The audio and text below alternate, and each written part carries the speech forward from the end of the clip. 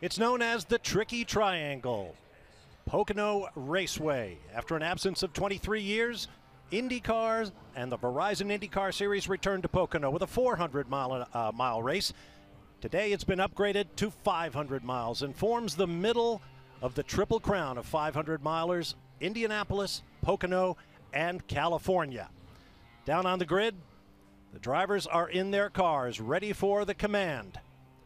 500 hard miles ahead, and history to be made here at Pocono. Time now for the most famous words. Let's get down to trackside.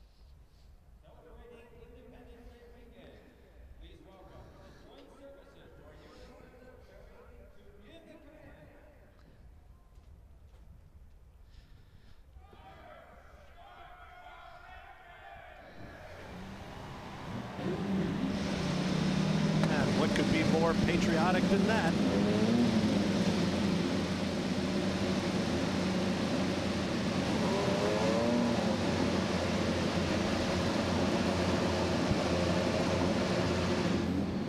Now let's get down to Kelly Stavist.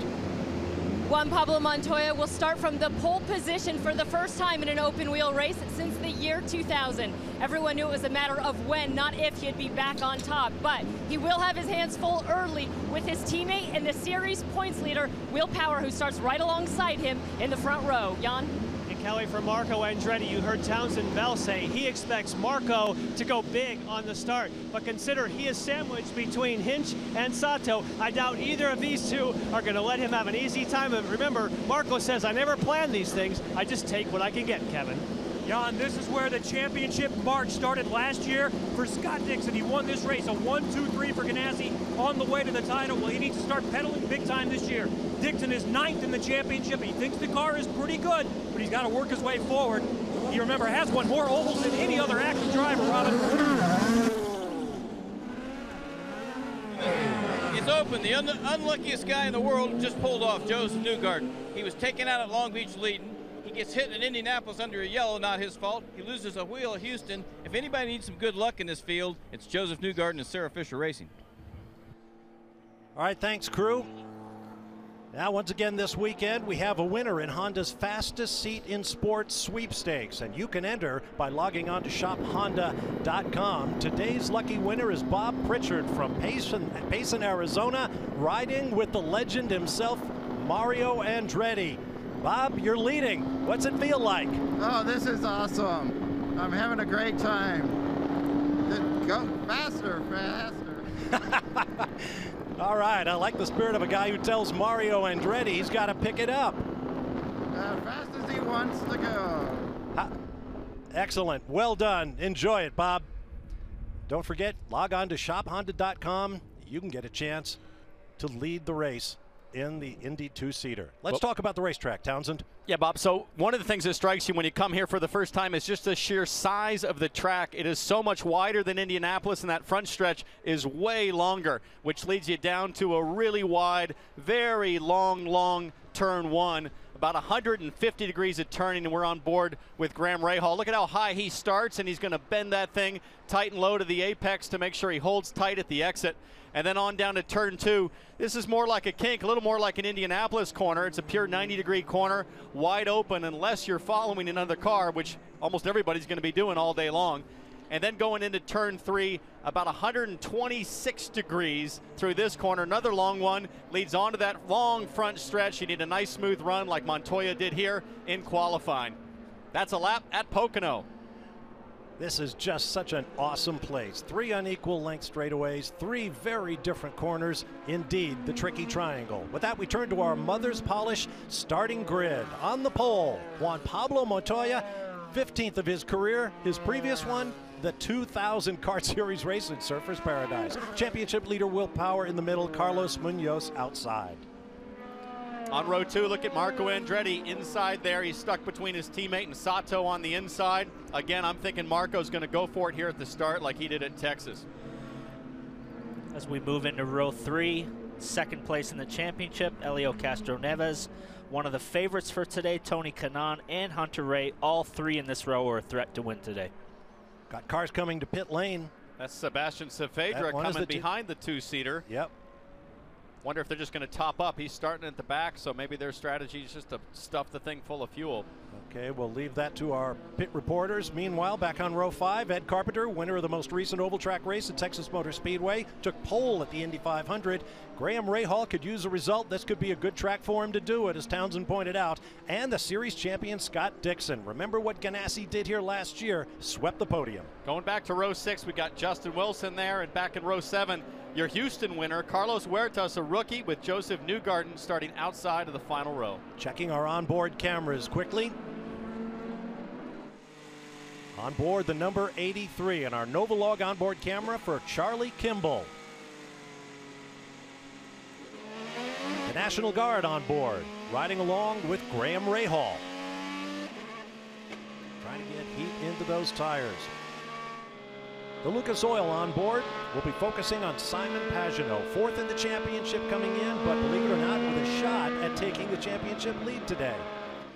Our Verizon onboard camera will ride along with Tony Kanaan, as he hopes to bring glory back to the Ganassi team that has yet to win this year. There's James Hinchcliffe. He's Canadian, but he's a bit of a local star. His sponsor, United Fiber and Data, our local company here in Pennsylvania. That's there on board. And finally, Juan Pablo Montoya. What a story. Back in IndyCars after 13 seasons away. Struggled a bit at the start, but now he is on pole with our Verizon streaming camera. Remember to download the IndyCar 14 app. Visit Verizon.com/IndyCar, the App Store, or Google Play. Verizon and IndyCar, driving technology. And now for this traditional 500-mile IndyCar race distance, a traditional 3-wide start. We're told Sebastian Saavedra was suffering from a balky throttle. They're working on that, but right now the focus is on the front row. Juan Pablo Montoya, Willpower, and the rookie, Carlos Muoz. Look at how wide that is. Green flag waves and we're underway at Pocono. And look at Marco Andretti taking a look up the inside of his teammate Muoz. He could go to the lead here. Marco Andretti in a home race for the star from Nazareth, Pennsylvania, into second behind Willpower. As we see, Montoya slots into third. He's got a lot of experience around here with long races. I'm sure he's just ready to bide his time and make that fuel mileage. But as we saw last year, as we look at Kanaan, he's getting out in the gray. Marco's ready to go. And let's see what Kanaan does here. He's still got a wheel up on Hunter-Reay. He's going to go wide open to the outside. Look at Kanaan working the groove where there is no groove.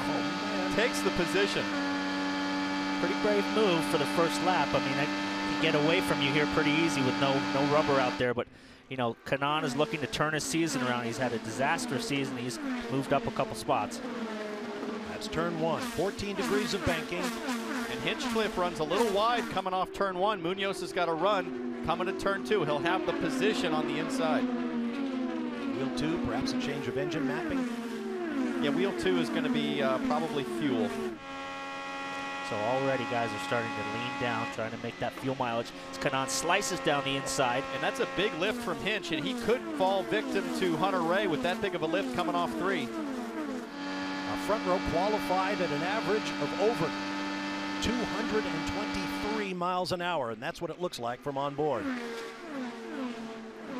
And at this point, you're already going to be dealing with the turbulent air, running single file like this. Guys are going to look to start trimming back on fuel position a little bit, wait for somebody to make a little bobble like Hinch did there in front of you. Kevin, what do you got on Hinchcliffe? Well, remember last year he crashed in turn 1, so he's still a first-time racer here, and he's going to have to learn the track. When they were here a couple of weeks ago testing, he tweeted a track map of Pocono labeled 2013 race report, loose in 1, 2 and 3 incomplete. So he's able to have a little fun at his own expense, but he's going to learn as he goes along. He said right now, I don't know how to pass or be passed, so he's got to let this race come to him a little bit.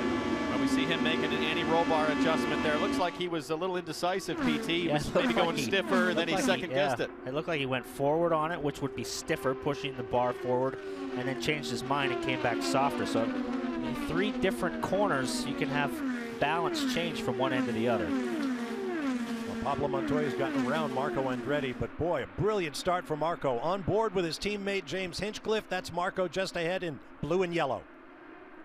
And you see Muoz moving low to try to defend a little bit, but this track is so wide, you got nowhere to block. There's tarmac everywhere. Keep in mind, Muoz is also Andretti's teammate. The Andretti Autosport guys work together very, very well, all four of them in qualifying. Something happened here, Bob, because Marco's just given the position back up. He's going to lose another one to Kanaan. Yeah, it looks like the handling is starting to go away on Marco. He came out of the gates, like I said, in pre-race, like a thoroughbred, but starting to have some trouble as Hunter-Reay is taking a look at him as well. Put Marco in fourth. If his teammate Hunter-Reay gets him, excuse me, fifth, Hunter-Reay wants to drop him to sixth. Wheel down below the white line, so he might be struggling with push and just dropping that wheel down below the yellow line, trying to free it up a little bit. 2 weeks ago on a broadcast from Houston, you mentioned, Paul, that these cars tend to understeer all the time. How do you dial that out at a place like this? Well, I think they've got pretty consistent tires here. Townsend will be able to comment more on that. This is the same tire they ran at Indy. They don't have the diamond grind that they have at Indianapolis, so tire wear here is pretty good. And talking to the teams, I feel like, you know, the fall off is pretty good here. It's not like Texas where there's a massive drop off in speed. Well, the fall off is going to be more aggressive if you've got a serious imbalance like what we think Marco's dealing with here. Just watching him through turn one on that last lap. Big push up to the wall at the exit, and that's going to fry your front tires at a much more accelerated rate than if you have a nicely balanced car. So Marco's really got to make the adjustments quickly here to stay in front of that imbalance. Looking at Takuma Sato making a position on Hinchcliffe. So Hinchcliffe looks to have a big understeer as well. Very similar to Marco Andretti. He's going to lose another spot, it looks like, to Alotion here going into turn two. This guy is very brave. Not making a ton of friends in the series because I think they just don't expect him that he's been as quick as he's been. But this guy is a take no prisoners kind of guy.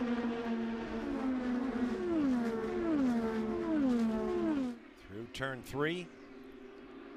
Power, Montoya, Muoz, Kanaan, and Andretti. On board with Juan Pablo Montoya. Started on pole, dropped to third at the start. Let's take a lap with him.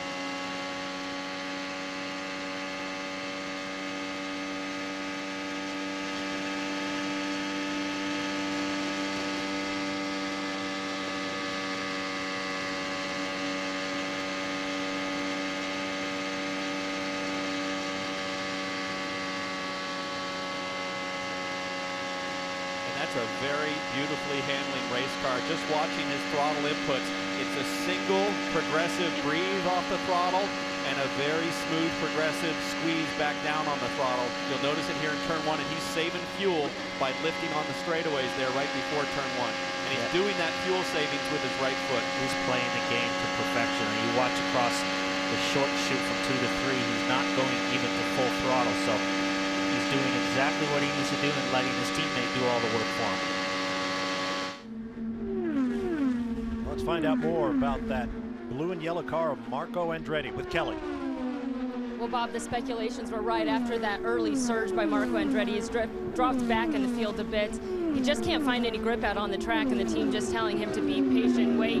The track will rubber up, and he'll be able to find more of that grip. Remember, it's a long race. No need to get those positions early in this 500-miler. Right now, of the Andretti cars, I'd say Hunter-Reay's probably got the best handle on things. Hunter-Reay and Muoz, whereas Marco and Hinchcliffe really seem to be struggling here in this first stint. Well, your Indy 500 winner definitely knows how to win at a long race like this. So Hunter-Reay has a lot of experience at this, and he's fuel mileage racing right now, biding his time. I would expect him to be a factor at the end. Great look from overhead at this unique super speedway. We've got a break coming up. 11 laps in. We'll be back with more from the Pocono IndyCar 500. Back at the Pocono IndyCar 500, Willpower leads. He's the championship leader as well. The first laps Power has led since the previous oval race at Fort Worth 3 races ago.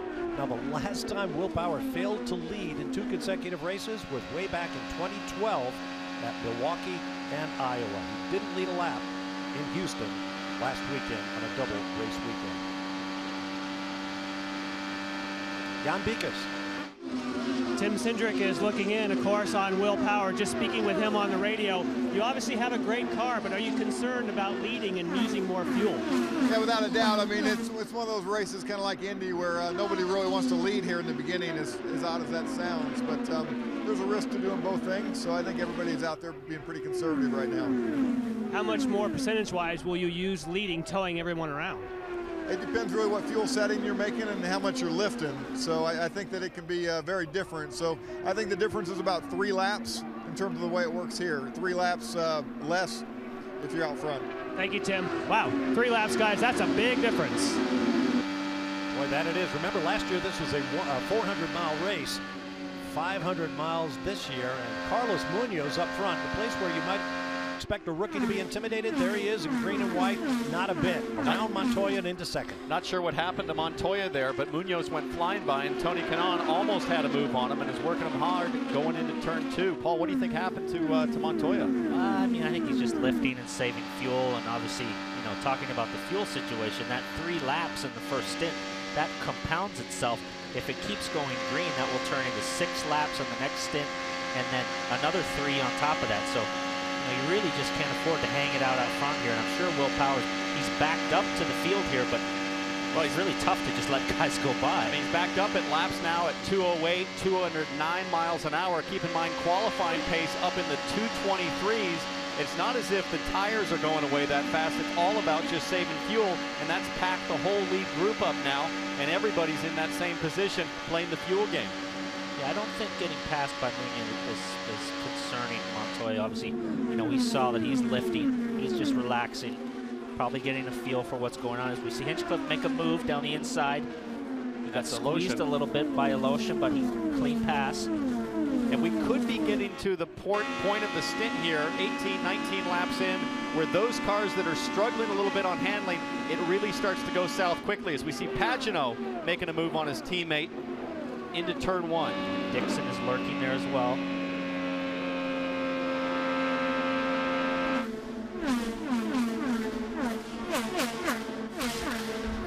Incredible speed at this track.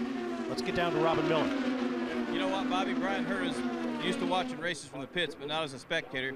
He's usually calling the race for Jack Hawksworth. First of all, Jack crashed yesterday trying in practice. Brian, how's he feeling, and is he going to be ready for Iowa? Well, I said earlier that he's in good spirits, but that's not exactly true. He's pretty pissed off that he's not out there racing today. But we're expecting him to bounce back for next week at Iowa. Guys are working on getting the car ready here in the pits right now. So it's a bump in the road. It's unfortunate, but we should be back on track next week. For a little one-car team, when you lose the tub and you lose the gearbox, a couple $100,000 crash. Yeah. I don't like to think about the numbers, but yeah, it's not pretty. But you know, luckily we have a backup car, and that's what we'll press into service next week in Iowa. All right, this is for a right front for next week. I'm chipping in for Herdamania, and we're going to try and get this boy back on the track in Iowa, Bobby. Thanks, Robin. How much did you give him, Robin? $200. Ah, there you go. That's a worse day than when you send your wife to New York shopping, huh? You would know better than most. $200 is good for about a valve stem on the right front on one of these things.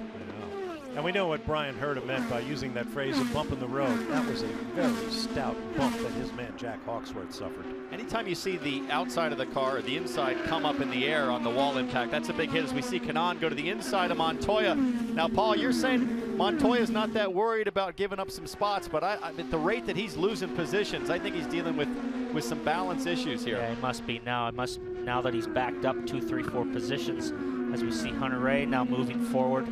He's probably lost a little bit of front grip, struggling with understeer is going to be the problem, and might be out of changes on the car for his tools. I almost feel like he's gone loose. The rate at which he was so well balanced earlier on, he looked just perfect on handling. I wonder if those rear tires are starting to go away on Montoya's car. As we see Pagano pushing strong to the front, coming up on Sato now in a battle for ninth. And guys, before we get too far away from the Jack Hawksworth crash, I found out this morning looking at the data, that impact was 100 Gs. It has been a long time since there's been an IndyCar crash with that kind of impact level, so definitely it's going to take him a while to recover from that. And Townsend, you certainly know what big G's on a high-speed oval for this kind of race can do, and he's going to take a while to recover. Yeah, unfortunately I do. I was 60 G's at Indy, measured by the accelerometers in our earpieces, and the hole I punched in the safer barrier is another 60. So without the safer, it would have been 120. I'm still sore in my back, you know, 4 weeks, 5 weeks past Indianapolis. I can only imagine what Jack is dealing with there, and certainly our thoughts for a very quick recovery. I'm sure you're watching, Jack, so we wish you a very speedy recovery. Hope to see you in Iowa. Absolutely. The safer barrier, of course, that ingenious foam barrier in the corners here at Pocono to dissipate a 100 G crash. That's just hard to imagine. Watching Charlie Kimball here, working on Ed Carpenter. Kimball had such a fantastic run here last year, finished second, holding off Dario Franchitti, his teammate, for a Ganassi 1-2-3 finish. And you know what's remarkable is the amount of offset that Charlie Kimball has with his steering wheel. If we get a chance to go back on board there, that's a driver preference thing when you're going down the straightaway. And we'll see here with Charlie. We'll spin the camera around forward again, but as he's going down the straightaway, he's one of the guys at the extreme end here. He really prefers his steering wheel. Now look in the corner here, almost straight across, almost like he's driving straight, but then on the back straightaway, you can see a pretty extreme angle. Paul, I always like just a little bit of that right hand down. Charlie prefers a lot. What did you like? I liked it a little bit more like Charlie. I like to have the wheel at about 12:30. That's a little bit more extreme than I like. That's about 1 o'clock. I always liked it a little bit over to the right, but not straight. You know, all of us are so picky. I put myself at about 12:27 on the wheel. Let's get down to Kevin Lee. Well, Graham Rahal is going to pit here in about a lap or so because part of the headrest fell out very early on in this race. So they're going to go ahead and pit early and replace the whole section of the neck and headrest, and take a look at the onboard there. Yeah, what's missing, Kevin, is this piece right here. And the problem with that being gone is that's what holds your head up in the corner. His left side neck muscles are going to be exhausted if they don't get that replaced, because he's used to his eyes being level, not with his head falling over in the corner. Probably held in place by Velcro. Pretty good ways into the fuel window. Here comes Sato at the 60-mile-an-hour pit lane speed limit. Looks like walking pace, doesn't it, Kelly?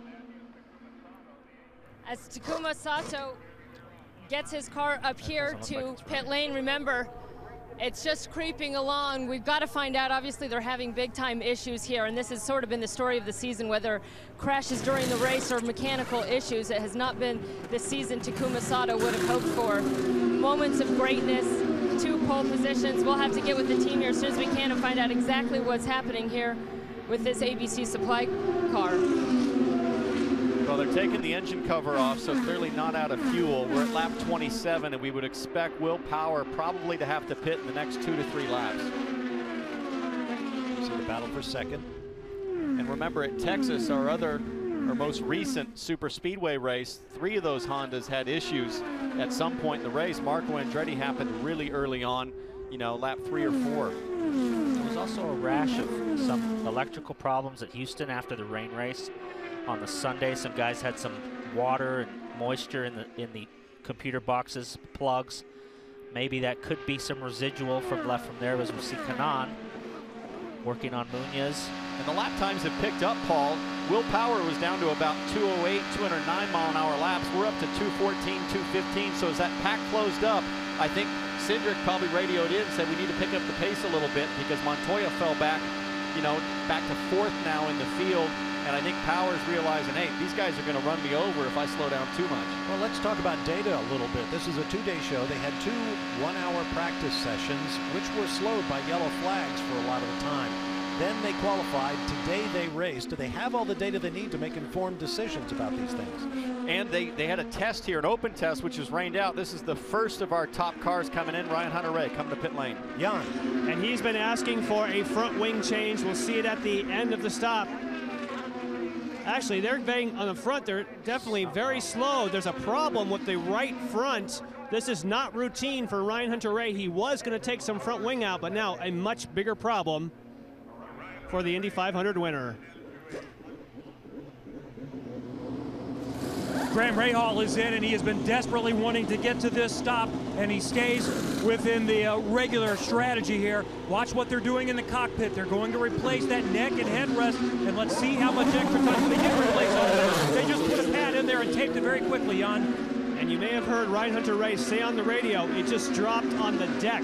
That means if there's a suspension piece, a push rod, something like that, if that is broken, it'll just drop the car on the deck, means you lose ride height, it starts to drag. Looks to me like they're looking at the right rear potentially for a problem.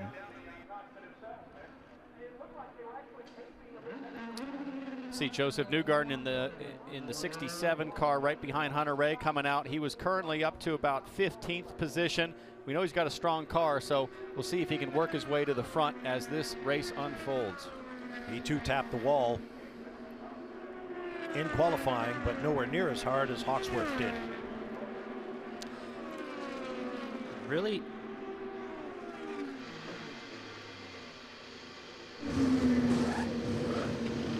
There we see Tony Kanaan, last year's Indy 500 winner. He knows how to win these long races. He's got a great car, worked his way from 8th up to 3rd. Behind him was Carlos Muoz, the rookie. He's got two podiums on the season, looking for another one today. You see, Tony Kanaan had a little trouble getting out of his box. That was because as he was turning out Hinchcliffe's guys, he was a little close there. He had to try to clutch the car, and if you do that, sometimes you can have issues as our leader comes to pit lane.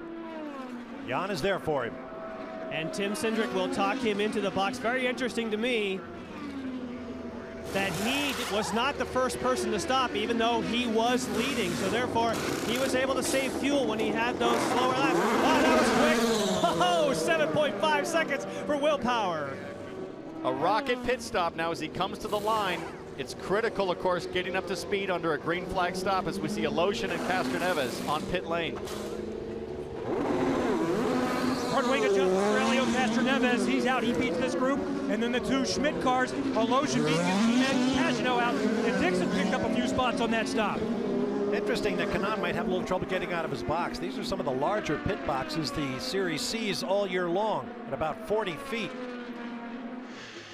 Montoya is in.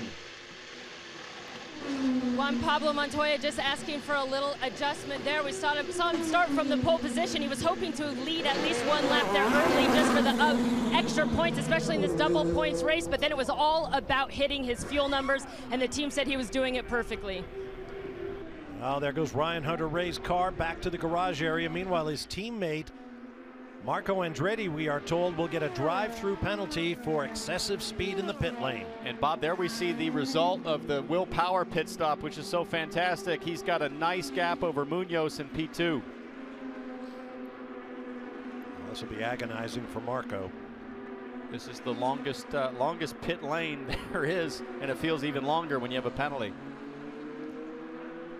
Marco pretty much summarized where he is this season. He said, I just need to win. There's a look at Tony Kanaan. Let's take another look at his balky exit from his pit stop.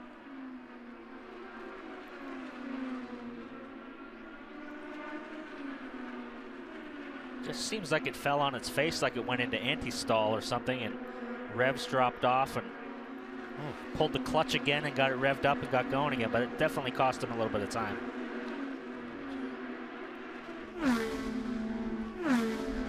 So Kanaan now shown in 4th place.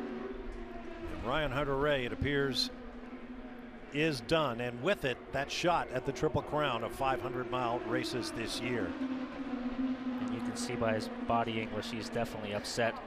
Other than the Indy 500 win, which will make your career this season, has been a bit of a disaster for him. Jan? And it appears as though he obviously is out of the car, but he may not be done. They're working on the front suspension, which is where there was the failure. So there's, of course, he's not going to be a Triple Crown winner, but they might get him out later to try to collect some data and as few points as they can muster. Remember, it's a double point weekend. Every point's going to count. Yeah, you absolutely want to be out there if you can get there, but he was taking off his helmet and balaclava, so if Ryan Hunter-Reay is going to get back in, he doesn't seem to think it's going to be anytime soon. And whatever issue that Sato had, it looks like they're going to make an attempt to refire the 14 car, get him back into this race.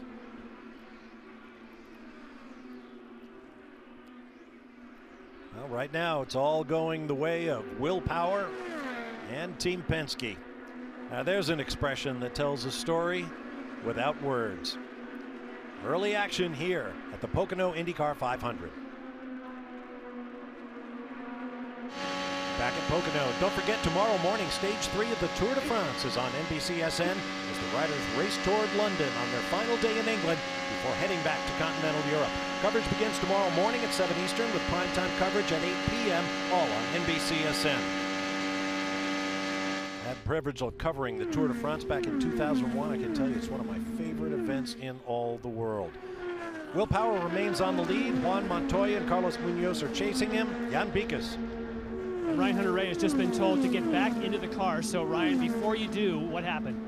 Just going through turn 2, hit the bumps, and the car just sat on the floor. Luckily, it wasn't a really big wreck. It's something with the suspension just broke because the loading's too high on it. I'm not sure, but it just gave up left front. All right, Ryan Hunter-Reay is going to get back in there and get points, and I'm looking closer at the car. It is the lower A-arm mounting point on the front left. It apparently is just pulled away from the tub itself. They've got a new part in place, and Ryan Hunter-Reay now has got to go out there with a car he's unsure of and try and get a few points. Thank you, Jan. Here's an example of what Paul Tracy was talking about, the season for Ryan Hunter-Reay. Of course, the crown jewel would be that win in the Indianapolis 500, but boy, oh boy, the last 5 races, average start 16, average finish 13. Yeah, but you know, Ryan Hunter-Reay's been down this path before, and what we love about this guy is he just comes fighting back. I mean, there's no hint of concern in his voice of getting back out on a very fast racetrack with a suspension that came apart there, and he just always bounces back. Still third in the championship, and this is Ryan Briscoe we're watching here. Yeah, as we see Ryan here, he's running, having a good day today. It's been a bad season for him. There was a lot of high hopes for him when he joined the Ganassi team. It hasn't materialized yet, but he's having a good day today, and we'd all like to see him have a good event. Right, up in 5th. Sailing along. Here you see the top 5, all nose to tail. I'm impressed with Power, how good a fuel mileage he made on that first stint. The only guy that went further was Montoya, 1 lap. So when he looks like he's backed up again, and he's like running fuel mileage again to try to make that number that he has to make, but that was pretty impressive, Tom. It really was. I mean, there's nowhere to hide when you're out front in terms of drag on your race car. You can't duck in behind anything. You can't duck behind a wall or trees. You're out on this open oval, and it seems to me that they're just dialing his fuel mileage back as long as he can stay up front in that lead. So, like you said, Paul, laps at 2:10. Guys further back are doing 2:16 catching up, but can they get by? Helio Castroneves. Willpower is the guy who has to be in his sights, but while Power leads, Castroneves is 6th. And if you were with us for IndyCar Live presented by Verizon, our pre-race show, you know that Helio Castroneves is just gaga for his home country's team in the World Cup. Brazil gets Germany next, and you can be sure that he and Tony Kanaan will be watching. And it'll be interesting, Bob, to watch what happens to Castroneves, because right in about another lap here, he's going to be into that lead pack. And those fast laps he's turning right now at 2:16 are likely to drop back down. He's going to push hard here to get in that tow and then be able to dial back his fuel burn and have that advantage on the next stop.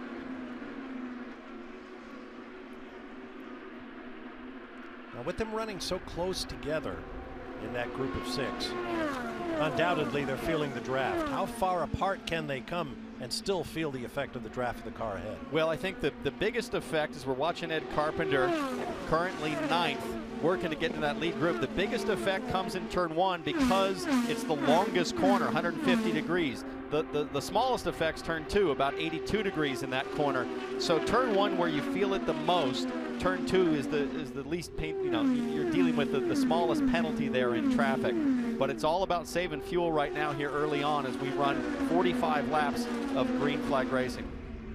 We've got another break coming up, but here's the news from the garages. There is Ryan Hunter-Reay back in the car. They're going to send him back out. A number of laps down. We'll recap it for you when we return to the Pocono IndyCar 500 here on NBCSN. Originally, it was a great place to vacation for folks who wanted to get away from the summer heat in nearby cities like New York and Philadelphia. It is a great place to visit. 35 golf courses, by the way, ahead of you. Now we've got an interesting situation developing. The front runners, Power, Montoya, Kanaan, and so forth, running at 2:08, 2:09, perhaps as low as 2:05 for Ryan Briscoe in 5th. Meanwhile, the guys back in 10th, 11th, 12th, 2:13, 2:14. Back there is Marco Andretti, who set the new fast lap of the race at 2:17.884. And Bob, Tony Kanaan is not happy to sit and ride around and save fuel. He just went to the front. Your new leader, Tony Kanaan, he's turned it up and said, I'm out of here. I'm tired of following Power, saving fuel. This is a race. 2:15 Kanaan just did, the Power's 2:07. We're going to start to see the strategy differ. At 207 miles an hour, I think Willpower's locked into a strategy to run long. Tony Kanaan's going to turn it up, see if he can pull away from these guys. He just rocketed right by Power. I think he really just wants to get out front, test the car, see what it's like, see if he could get there. He's come from 4th place up to the lead within 2 laps, so might be a little test for him to see what the car's balance like out front. Now, speaking about testing the car, sorry there, Bob, that's exactly what Tim Cindric wanted to do. He was okay with Tony Kanaan passing Willpower. He said, we need to know what our car does behind others. We haven't been behind anyone, so he's A-okay to follow. A, they're saving fuel. B, they get a read on the chassis. Yeah, but we see Willpower respond, goes from a 2:07 lap to 2:14 behind Tony Kanaan. So like you said, Jan, they're going to get up close here in traffic and see what the car could be like for a dash at the finish. Well, to Jan's point, he's got to stay with Kanaan if he's going to get that draft, save some fuel, and see what the Ganassi chassis can do. And it's so hard, Bob, to just sit here and be patient, be diligent, and wait and wait and wait. You have to be so disciplined to do this, and this was not my style of racing at all. I could not stand doing this at all. So I'm more like Kanaan. I want to get out front, lead this thing, but you just pay such a penalty now for it. Hard to think at 214 miles an hour is sort of hanging around. And I think that was Kanaan's spotter coming on, telling him, okay, you're in the lead, but now let's save some fuel. As he's pulling away. As he's pulling away. He's put quite a good gap on Power now. That's a pretty good distance. Running some quick laps, but you run these quick laps, you burn a lot of fuel doing it. I suppose unusual racetracks will produce unusual races.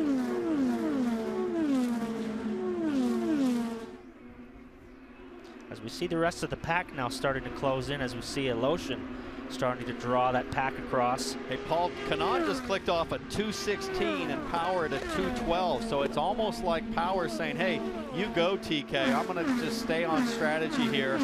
Stay back with this little pack. Not being able to stay with him is not, now he's back in clean air again. Well, let's get more on what Kanaan's game plan is here with Kelly. Standing by with Barry Wanzer, and we saw Tony make quick work of both Willpower and Juan Pablo Montoya. What do you learn by having him run up front? Well, we want to be able to run up front at the end of the race, so if we can do it early on, the engineers will get a good read on the car with TK to see what we need to win the race at the end. So right now we're really happy, but let me get back to this. Thank you, Barry. I think as much as they want to read the balance running up front, they also want to know what their fuel burn is. Yeah, they just want to see what the speed is. If they've got top-end speed, like I said, it was a little test for him to get out front, check the balance, make sure they have enough speed in the car that when it is time to go, they've got enough speed in the car to lead. And obviously they do, because he's put a lot of distance between him and Power. Checking on Ryan Hunter-Reay. He is running, but he has shown 18 laps down to the leader. Round comes race leader Tony Kanaan. That young lady thinks the race is over. It's going quickly, but not that quickly. Welcome back to Pocono Raceway, round 11 of the Verizon IndyCar Series for 2014. You're on board with Tony Kanaan as he heads for pit road. As we went nonstop during the break, you saw that Graham Rahal did in fact make his stop, and it was a good one. Kelly is waiting for Tony Kanaan. Tony Kanaan, who could so desperately use a good result here, started 8th, made his way up to the front in a hurry. We saw him have a little bit of an issue getting out of his pit box last time. Looks much smoother this time around, under 8 seconds. For Josef Newgarden, he just completes his stop. He's hoping to salvage, of course, having made contact in qualifying. And you see Saavedra side by side with him. Obviously, Saavedra has that problem fixed, as we see Huertas hitting pit lane as well. we watch Carlos Huertas pit here, Bob, we really see the effect, guys, of that charge from Tony Kanaan. He only did, I think, 28, 29 laps on that last stint, and we see that lead group stay out here, able to go a couple laps farther on fuel. Marco Andretti in. Along with the 19 of Justin Wilson. Second round of stops, we may see 7 or 8 rounds of pit stops and lots of strategy as this race unfolds. There goes Marco and Justin. And this is always a fun battle to see who's going to yield, if at all. Marco going straight up onto the racetrack, got a big group behind him. Interesting, there is no blend line either at pit in or pit out, so you basically have to listen to your spotter and watch your mirrors because the oncoming traffic is doing 200 plus. Whoa, look at this gaggle. And that's the result of the lack of blend line. Marco Andretti had come out of the pits straight up into the groove. There's really nowhere else for him to go. With a big pack coming, they all pack up. Here's Ed Carpenter making a move to the inside. Some cars light on fuel with hot tires, others cold rubber and full of fuel. More pit action. Willpower, Helio Castroneves from second and third. Juan. And the teammates will pit together. Willpower will stop first. We'll watch for any changes on the car. He, of course, goes with stickers. They have 15 cents of fire stoves to use. Another quick stop for Willpower. No changes. And this has been a great run so far as we see Carlos Muoz for Helio Castroneves, who came in with power, but Willpower is easily going to beat him out. That's an 8-second stop for Castroneves. They once again made a slight front wing adjustment. And word from race control is that James Hinchcliffe will get a drive-through penalty for speeding in pit lane.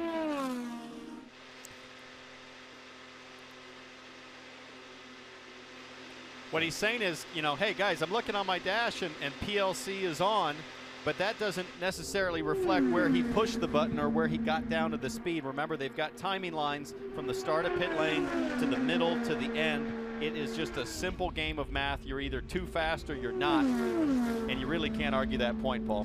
You can't, and it's frustrating because, you know, you push the button, you turn on your pit lane speed limiter, you get down to the mark, but as we see one of the other drivers, Montoya, coming in now, who went 2 laps further than his competition, but it's definitely frustrating for him because, you know, you come down pit lane, you could lose a lap now at this point. Well, it sounds simple enough, but with these green flag stops, it puts a premium on how deep can you brake to get to that line. Kelly?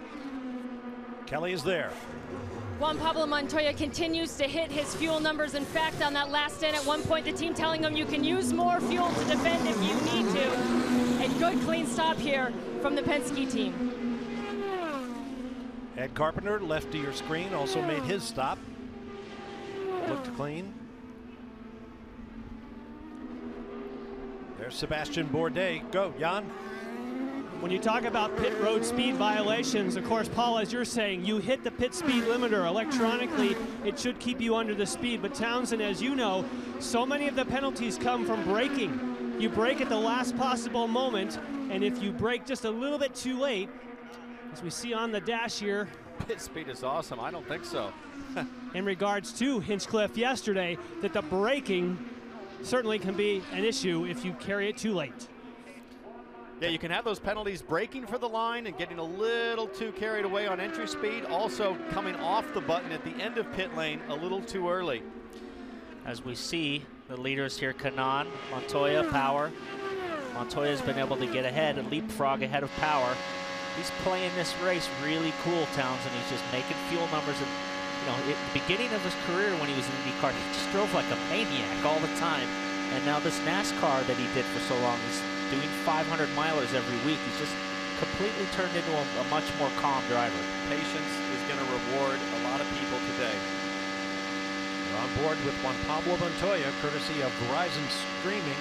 Thank them for their support. If you'd like to follow along on board, just download the IndyCar 14 app at verizon.com/IndyCar, the App Store, or Google Play. It's Verizon and IndyCar driving technology. And I can look at those onboards all day long. You can too. Another break coming up, and we'll be back to the Green Mountains of Pocono. On Tuesday, July 22nd, NBCSN takes you inside a race like no other with Reebok Spartan Race New York. Athletes will tackle a grueling course featuring more than 15 obstacles, 3 miles of terrain. Find out what it takes to be Spartan strong Tuesday, July 22nd at 11 Eastern on NBCSN. And I wouldn't be a bit surprised to see Paul Tracy out there hacking away in New York. Oh, I don't want to say about that. Beautiful day, great race, working lap 70 of 200. Let's walk you through the field at 200 plus miles an hour, beginning with Kelly Stavist. And we start with the leader, Tony Kanaan. He started 8th in this race. These are the first laps that he has led since the Indy 500, and he desperately needs a good result here. He said he was very confident in these 500-mile races. There's a lot of chances to be good, also a lot of chances to be bad. Right behind him, Juan Pablo Montoya, upon his return, put it on the pole position the first time since the year 2000 in an open wheel car. He said he's a very different driver than he was all those years ago. He knows what he needs to do to finish races and get points. John? And Willpower, riding in 3rd place at the moment, seems pretty content on just running his plan, not taking the bait of other people like Kanaan. I find it so interesting. Kanaan took the bait and took off and ran, and he had a pit many laps earlier than Power. Right now, he's the mileage king. Good day so far for his teammate, Castroneves, who wasn't sure what he had. We talked about that sore thumb from the crash at Houston, so they lightened up the steering to make it more comfortable, but he said that the car wasn't handling very well, so they went back to the more difficult steering today, and he said he would just simply tough it out. So far, so good, Kelly. Behind him, the rookie Carlos Muoz from Colombia. He's already had 2 podiums here in his rookie campaign. Last year, he won the Indy Lights race here at Pocono. He said the cars are so different. It's a much shorter race, but it was an invaluable experience that could help him today. Kelly, this has been a fantastic day for the rookie, for Mikhail Aloshin, who has been impressive all season long. He said before this race, I just want to simply finish. He's got a chance to do a little more than that. One issue right now is that he's having radio problems off and on. He's not been able to hear, Kelly. Ryan Briscoe behind him. He's another one of the Ganassi drivers really looking for a good result. He had electrical issues in practice too, so he didn't get much time to get out his race trim, but it's showing good today. He started 10th. He's up to 7. Behind him, his teammate, Scott Dixon, the series champion, who has struggled so far this year, although this is where he turned around his season last year. It was his first win of the season. Last year, he went on to win 3 straight and eventually the title. We look for the gap, just a slight gap for Ed Carpenter. In the beginning stint, he called in and said, I need front wing, I need rear wing. And then 20 laps later, he said, no changes. So far, he's only taken a half a turn of front wing. The car's starting to come to Ed Carpenter. John, I think Simon Pagenaud thought he might be a little higher up than 10th at this point. He felt the race car was very good, but Rob Edwards is telling him no one's passing right now. Everyone's saving fuel, and there is a long way to go.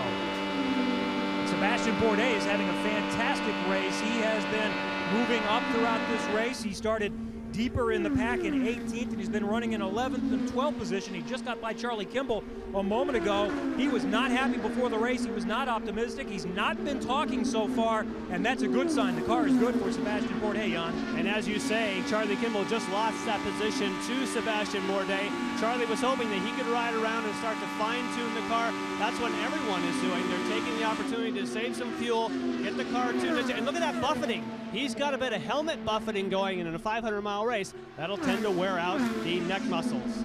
Now for Josef Newgarden, he is also trying, and look at that gap. He needs to close in a bit if he wants to save some fuel off the wash of Charlie Kimball. He's hoping just to keep, he told me before he had to crash in qualifying, we just want to finish this thing. So far, things are looking good for Newgarden. Kelly? The hometown boy, Marco Andretti, currently running 14th. Remember, he had to serve that penalty for speeding in pit lane earlier. He's working his way back up through the field, although he doesn't sound too happy with the car. They asked what adjustments they could give him on the last stop. He said, I'm not even sure where to go. The team encouraging him to use his tools on his laps now. Justin Wilson was realistic coming into this race. He said, we really don't have a winning car, but I do feel that we can move forward, and they moved 1 spot forward so far. He likes ovals, but he's been dealing with a bad push so far, so just trying to hang on to the second half of this race. Graham Rahal, as we documented earlier, had the problem with comfort in the car with the pad coming loose, so they're just slightly off strategy. They've come in a few laps from each so far. This is another situation. I think he felt he was going to be a little further up, but still a long way to go in this race, Jan. And amazingly for Sebastian Saavedra, he is still on the lead lap. Remember, he had a throttle control problem right at the very start. They got that resolved. He didn't lose a lap. He's hanging in there, and you never know. Well, James Hinchcliffe just suffered through the pit speed penalty. He was running in the top 10, very good, although he has been dealing with some understeer. 70 guests from the sponsor, United Fiber and Data here, including one of the founders, Bill Hines, who founded the company with the members of the band live. They're hoping for better result for Hinch. It's still a fast car, though, so he can get back in it. Kelly? Behind Hinch is the other Colombian rookie, Carlos Huertas. Remember, he won that first race in Houston a week ago, although here at Pocono, he hasn't had a lot of time. The team tested. He didn't get as much out of that test as he would have hoped for. It's a very tricky track, which is why they call it the tricky triangle. He's still trying to get a hang of it here today. Well done, everybody. The next driver in line would be Ryan Hunter-Reay, 19 laps down after that early race suspension issue. Takuma Sato also out of the race entirely. And Bob, one thing I'm watching for here is that Tony Kanaan is very slowly catching Carlos Huertas to put him a lap down. And as Huertas gets closer and closer to Kanaan, it's likely to bunch this field back up. And we'll see what kind of decision Kanaan makes. Do I push hard to get around and lap him? Or do I just kind of tone it down, save fuel, and hope that the guys behind me do the same thing? Well, as we see him running out front here, he's drawn away from power. The only guy that's been able to stick with him is Montoya, so they put a gap, a pretty large gap on power, which is not good for fuel mileage for power, but Townsend, I would think that he would just go right by and just keep running his own race and not get mixed up with a car that's about to be a lap down. Huertas is not that slow, and they've got to think about strategy for setting him up at the end of the race. However, Kanaan only needs 4 stops to make it to the end by my math. Jan? Sorry, Townsend, I was checking on a few things there. Are you asking about the pit windows that we have going at the moment? Interestingly, for Tony Kanaan on down the list, what's happening is that no one is outside of the number of stops. In other words, Tony Kanaan, yes, he'll pit earlier than some people, but he's still going to make the same number of stops. By my calculations, 1, 2, 3, 4 left for everyone at the moment. It just depends. Some people will pit earlier. Everybody watching everyone else. And right now, everybody's watching the man out front, Tony Kanaan, who leads by almost 0.8 of a second over Juan Pablo Montoya and Willpower. We'll be back to Pocono.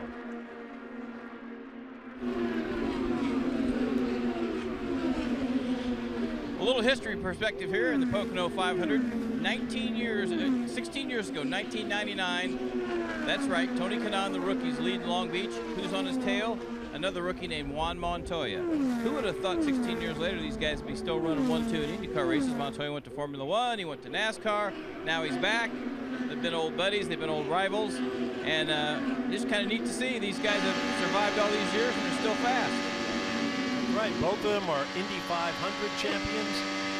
Montoya is particularly strong in the resume department.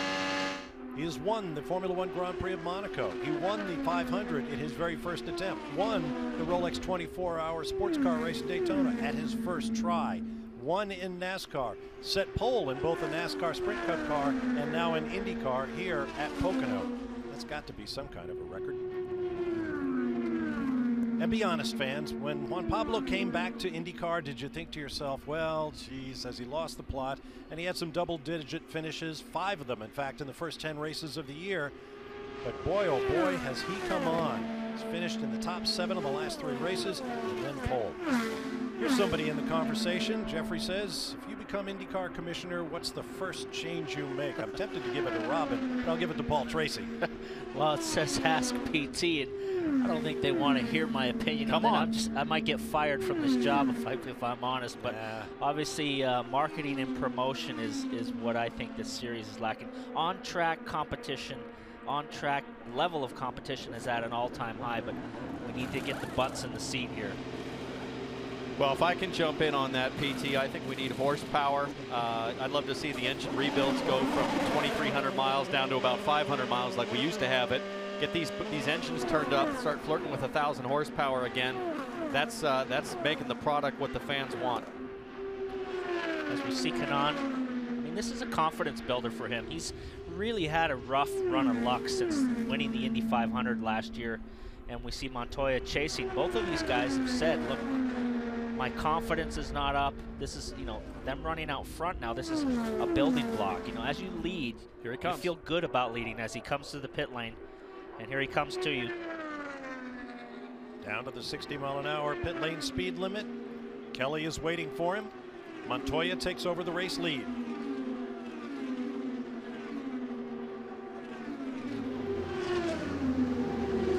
So as we expected Tony Kanaan to be the first to make this round of pit stops. Last stop was clean. They're asking for some front wing. We see 8.2 on that stop for Tony Kanaan. Jan? Looking at the service here for Josef Newgarden, he's trying to get himself back into sequence again. This fits within the pit window. That is a lot of front wing change for Newgarden. Couple big turns clockwise there, adding front wing to Newgarden's car, so dealing with a lot of understeer, I'm sure, if it's requiring that much change, as we see your current leader, Montoya, working the track all by himself, nobody behind, about to pit. Ryan Briscoe is in, Kelly. Ryan Briscoe getting a half a turn of front wing. He started off good in the race, then he was complaining of some understeer. All in all, a great race. They've been happy with his lap times, and a solid stop here for the Ganassi team.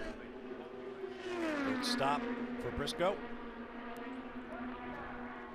Around comes Montoya. Quick glance in his mirrors. Getting back to your point about what might ail the series or what might be done to improve the series. I'll admit I'm the new boy on the block here covering the Verizon IndyCar series. Haven't been around these cars for a while.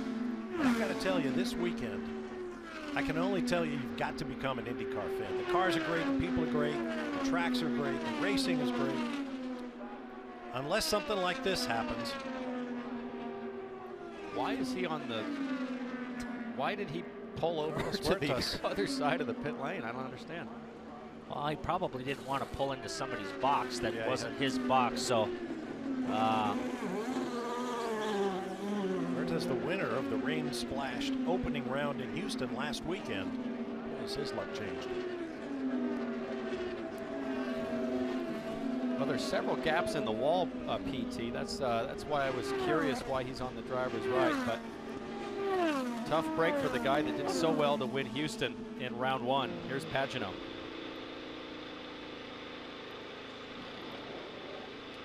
Fuel goes in. Nice clean plug. Again, the fueler is key to a quick stop here. We see Aloshin get away, Pagenaud get away. Aloshin gets out in front of Pagenaud, who has a clean run out after a new set of Firestones. Kevin. They're going to make some changes this time around for James Hinchcliffe as he gets back in traffic. The handling of the car changes. We see the front wing adjustment there. He said that you use your tools more at this track than any other oval track, Ellie. Here we see Carlos Muoz again, the rookie who's had a very solid go here. And his first IndyCar race at Pocono. He has not been talking much over the radio, must be relatively happy with his car. It's all about chasing the track here, though, at Pocono as it changes through the 500 miles. Back goes young Muoz. Here comes that 200+ mile-an-hour traffic. Let's see if he bunches up this group. Willpower is in, Jan. Getting rid of a tearaway. You saw him as he approaches his pits. Again, he hits the marks. The team has been flawless today on their pit stops. We'll watch to see if they make any changes. Again, no changes for Willpower and another quick stop. Kevin? Castroneves has the first pit location after winning the pole in the second race in Houston. He's going to try to beat his teammate out. He's not going to get it done, but it's still a very good stop for Castroneves. The captain looking on. He was not able to beat his teammate. Power will go back out as Montoya comes in and Power reassumes the lead.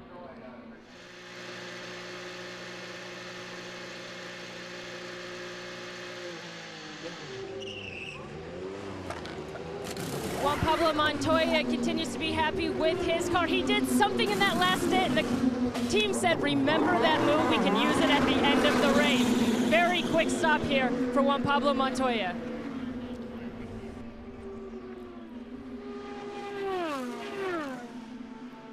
Watching for Tony Kanaan here. There he is coming up the front straight at full speed. Montoya's got to be flat chat here in turn 1 to get up to speed. It's going to be really close here coming off of 1. Oh boy.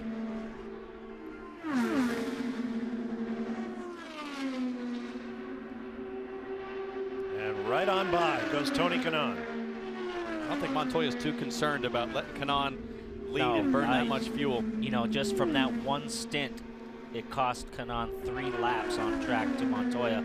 I'm actually surprised that Power was able to only, you know, he's been pretty much running by himself, Power, most of the time. He hasn't been in this lead group, but still only pitted 1 lap behind Montoya. So you see Willpower in the background. He's now drawn closer, but that is costly sitting out front for Kanaan. He was 3 laps shy of Montoya. It is, but based on the way that the stops play out, there's 3 more stops to go for Tony Kanaan if it stays green.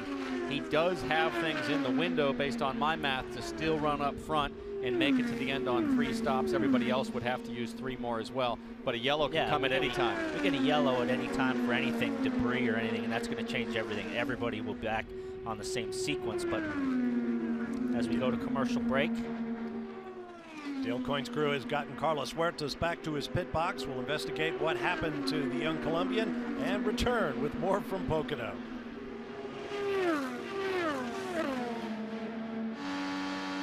Welcome back to Pocono Raceway.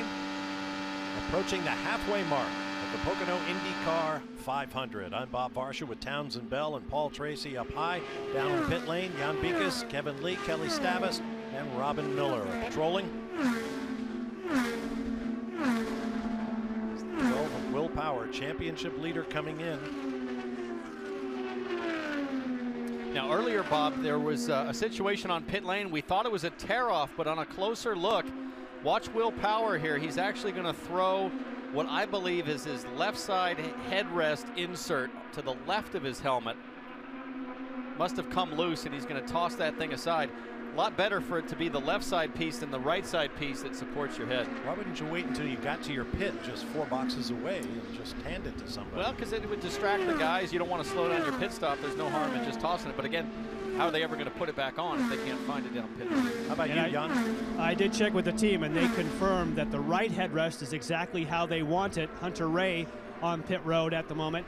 And that is something, I think, Townsend, you had the nail on the head. You don't want to come into your pits and start throwing stuff out of the car and distract the pit stop. Find a place in the pit opening, which he did quite well. And you never want to do that on the racetrack, because oftentimes we know in some other series they do sometimes throw things out of cars to get cautions. And here that is severely frowned upon. Brian Hunter-Reay back up to speed, but still 18 laps down after that suspension problem. The Andretti Autosport team here in their home race has not had a very good day. Let's recap. Not 1, but 2 pit lane speeding violations. There's Marco Andretti, who was the first to get clipped. Then problems for Hunter-Reay, the Indy 500 champion, who shot at the Triple Crown of 500-mile races. Is not going well at all. There's James Hinchcliffe, who could not believe that he got a pit lane speeding violation. Okay, this is Commissioner Miller. Besides going back to Watkins Glen, Elkhart Lake, Phoenix, the other thing we're going to do is get rid of pit speed limits. I worked for Lloyd Ruby for 3 years. He used to come in at 150 miles an hour, smoking the tires. He never hit a crew guy. I hate it when guys get caught for speeding in the pits and you have to tell people 220-mile-an-hour race cars got to slow down to 50. That's my commissioner's statement, and I'm sticking by it. Hey, if you're willing to go over the wall like all these brave guys do up and down pit lane, Robin, with no pit speed limit, that's the first step. I want to see you do a right rear at the end of pit lane. Well, first of all, you make the guys can't go over the wall till the car comes to a stop, then they can jump over and fuel, because that's what we did in the 70s. Okay. I was a vent man. I never set Lloyd Ruby on fire 1 time. Well, never. Robin, when I started my career in '91, there was no pit speed limits back then, and it all started, the pit speed limit, from the accident that Michael and Emerson had in the pit lane. I think it was at Long Beach. Yep, when Long they got Beach. up on top of each other doing 120, 30 miles an hour in the pit lane, and that's where it all started. I don't disagree with you. I think the pit speed limits on these big super speedways could be higher, maybe 110, 120 miles an hour, because 60 miles an hour just seems to be crawling when you bring it down from 220. Robin, you've been a vent man for 45 years. Yes, I have, T-Bell. I have. That's why we love you. Average speed at the halfway mark of the race, more than 209 miles an hour. Kevin. Roger Penske just radioed to Helio Castroneves about 5 or 6 laps ago. He said, change to slot 1, change of plan. So we wondered, is he turning it up, turning it down? Well, he's lost about a second and a half then, so I think that answers that question. They want Helio to save a little bit, and just 10 seconds ago, he said, good job, good job. So obviously this is the new strategy, save even more right now. Off onto the front straightaway, 3,400 feet long. He goes. There's a look at Michaela Loshin, one of 4 contenders for the Sunoco Rookie of the Year in the Verizon IndyCar Series. And he currently leads the rookie class in 5th, just 1 place ahead of fellow rookie Carlos Muoz. And he just continues to impress every single weekend. Coming to venues he's never seen before, leading guys like Dixon and Briscoe. Townsend, you got to be impressed. I think what's most impressive about Aloshin is not only is every racetrack new to them, every community is new that he goes to. You know, we're here in the middle of the Pocono Mountains. Can you imagine what it's like? I mean, riding the United home to States, Moscow about Pocono. One of the great things about our country is the variety of culture and topography everywhere you go. And he just must be blown away everywhere that he goes. It's a completely different atmosphere, and he's completely unfazed. Every time he's confronted with a fear factor like a Pocono Raceway with only 2 hours of practice, he just is so cold and calculating and totally unfazed. It's really impressive. Well, the thing that impresses me about that 4-man rookie class is their ability. All of them have been on the podium, including Jack Hawksworth, who had that heavy crash in practice and did not start this race, but he was on the podium in Houston. Carlos Huertas has won a race. We talked about Muoz and Aloshin and what they've accomplished thus far this year. And this is against a very deep and talented field. Of the 21 drivers who started this race, 17 are race winners in the Verizon IndyCar Series. So making your way as the new guy is really, really tough. And as much as the rookies have been fast, they also have really made very few mistakes. And that's really remarkable. I mean, usually, Paul, you know what it's like. There's so many new things to learn when you come into IndyCar from Indy Lights. Yeah, when you come to these races, like places like here, Texas and Indianapolis, when we talk about the big eyes, you get about as big as eyes as you're ever going to get. And like I said, at Texas, he was driving a line that nobody else was doing. And here, I think he's probably more comfortable here because this is more like a big road course than an oval. It is. And now back up front, guys, one thing I'm watching is lap times. Remember earlier in the race, we were looking at 208s, 209s. Now your leader is up at 216, 217, and Castroneves, slot 1 to me means full rich, turn up the heat, because he just did a 217 lap up. There he goes on his way. Now, a moment ago, Graham Rahal had a bit of a moment from our National Guard onboard camera. That's him now. Let's take a look at what happened to him moments ago.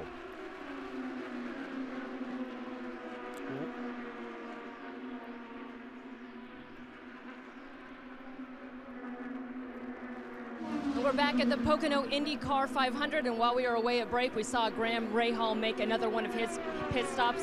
Unfortunately for one of our Houston winners, Carlos Huertas, the rookie, it was more like the Pocono 250. Your car obviously having problems. What was the final issue with your car? I don't know.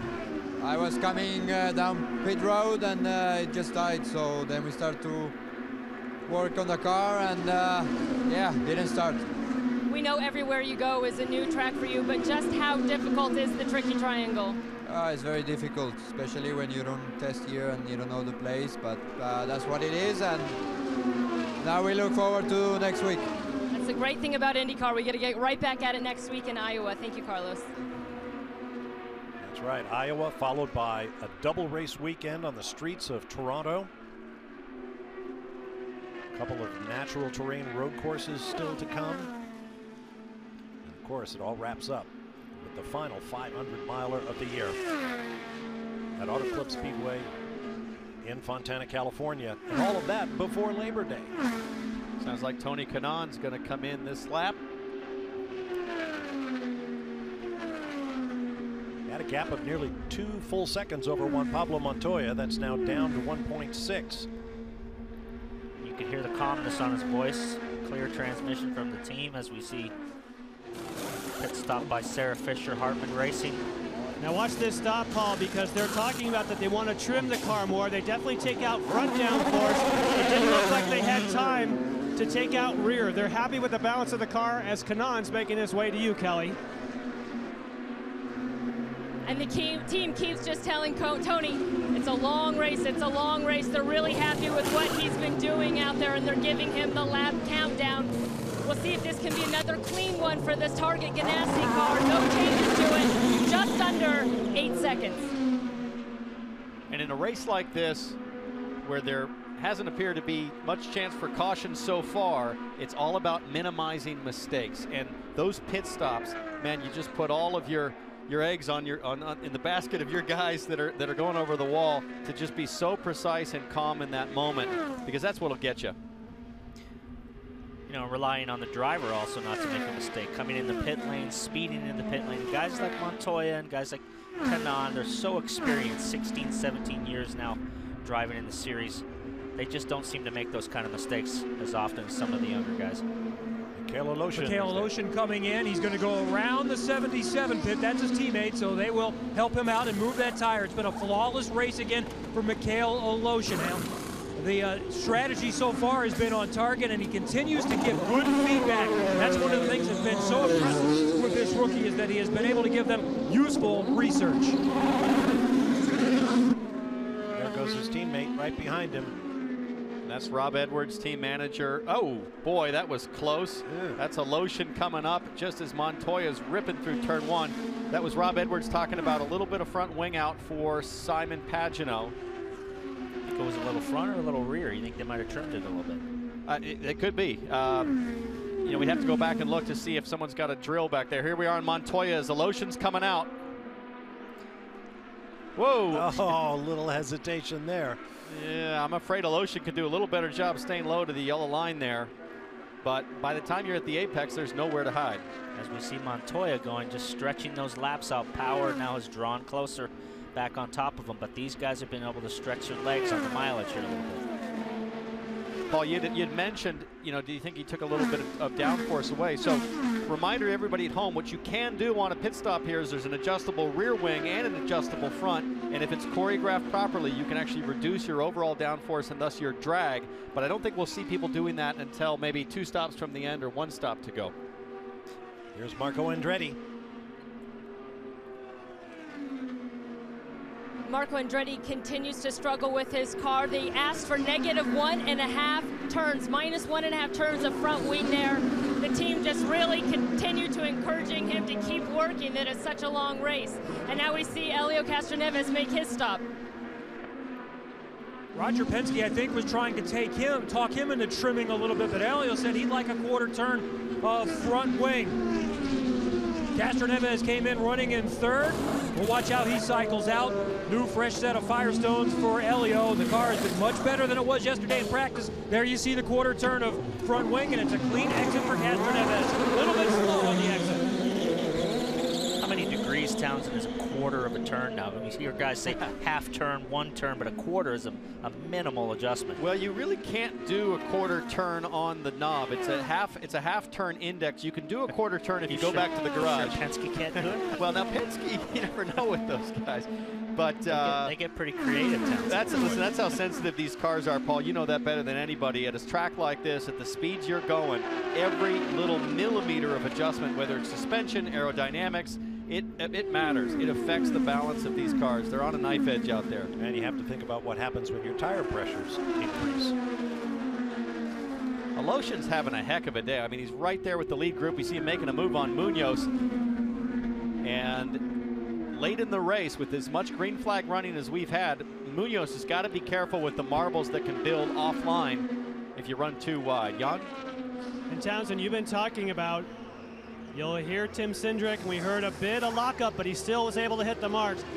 Townsend, you mentioned the crews right now just need to stay without mistake. And wow, those tires were very quick, 7.6, and that's when the fuel flows more slowly. The first couple of stops with all the fuel in the tank, you can make quick stops. 7.6 right now, that's flying. And those fuel systems, of course, gravity fed.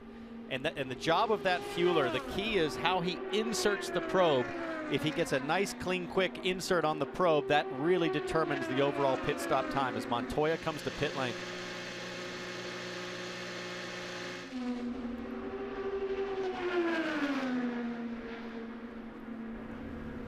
As we see this battle between Power and Kanaan, it's all about the end game as Juan Pablo Montoya makes his pit stop. They've been telling him to use his tools during this lap to see what they'll have from the end of the race, which is when they want to be in prime position to make a move and clinch his first win, perhaps, upon his return to IndyCar. Now let's see where he comes out of pit lane. And they were a little slow on that front tire as he comes out right with the leaders. I think that cost him. The guy barely got the gun away from the front of the car as Montoya was pulling away. He threw the gun right over top of the car.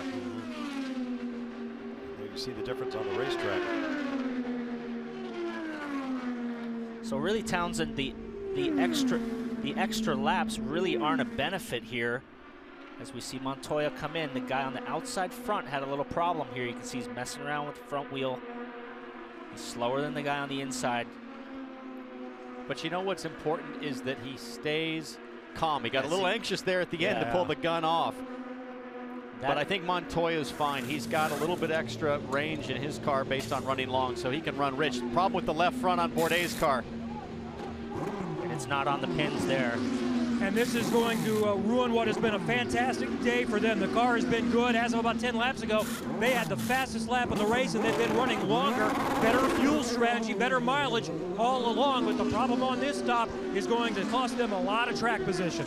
And as we saw that, the guy on the inside front wanted the car to go back up in the air. When the wheel nut is not tight, the wheel falls off the pins, and if you send it, then the wheel's not secure on the car. So the guy was saying put the car back up, and nobody seemed to know what. And the issue was that the nut was not tight when the car came down initially, and if that happens, you cannot fix it until it's elevated.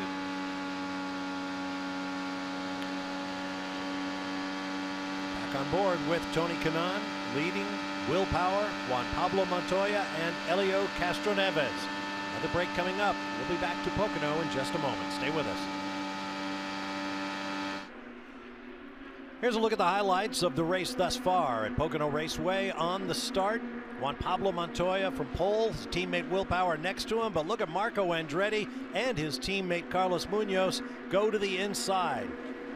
Andretti got all the way up to second while Willpower took the lead. There's his teammate Ryan Hunter-Reay battling with Tony Kanaan, but it wouldn't last long. A problem with the left front suspension sent Hunter-Reay to the garage on lap 29. The crew was able to fix it, but he is 18 laps down at this point. A lot of fuel saving going on. Finally, Tony Kanaan decided the heck with it. Hammer down, and away he went. He remains the race leader at this point, having completed lap 132. And problems for our winner last Saturday in the rain of Houston, Texas, Carlos Huertas from Dale Coyne Racing. The engine mysteriously shut down, would not restart, and the Colombian's day was over. On board with race leader Kanaan as we come back to live pictures. I'm Bob Varsha with Paul Tracy and Townsend Bell. As you glance Firestone telemetry for Tony Kanaan. Down in the pit lane, Jan Bikas, Kevin Lee, Kelly Stavis, and Robin Miller keeping an eye on things.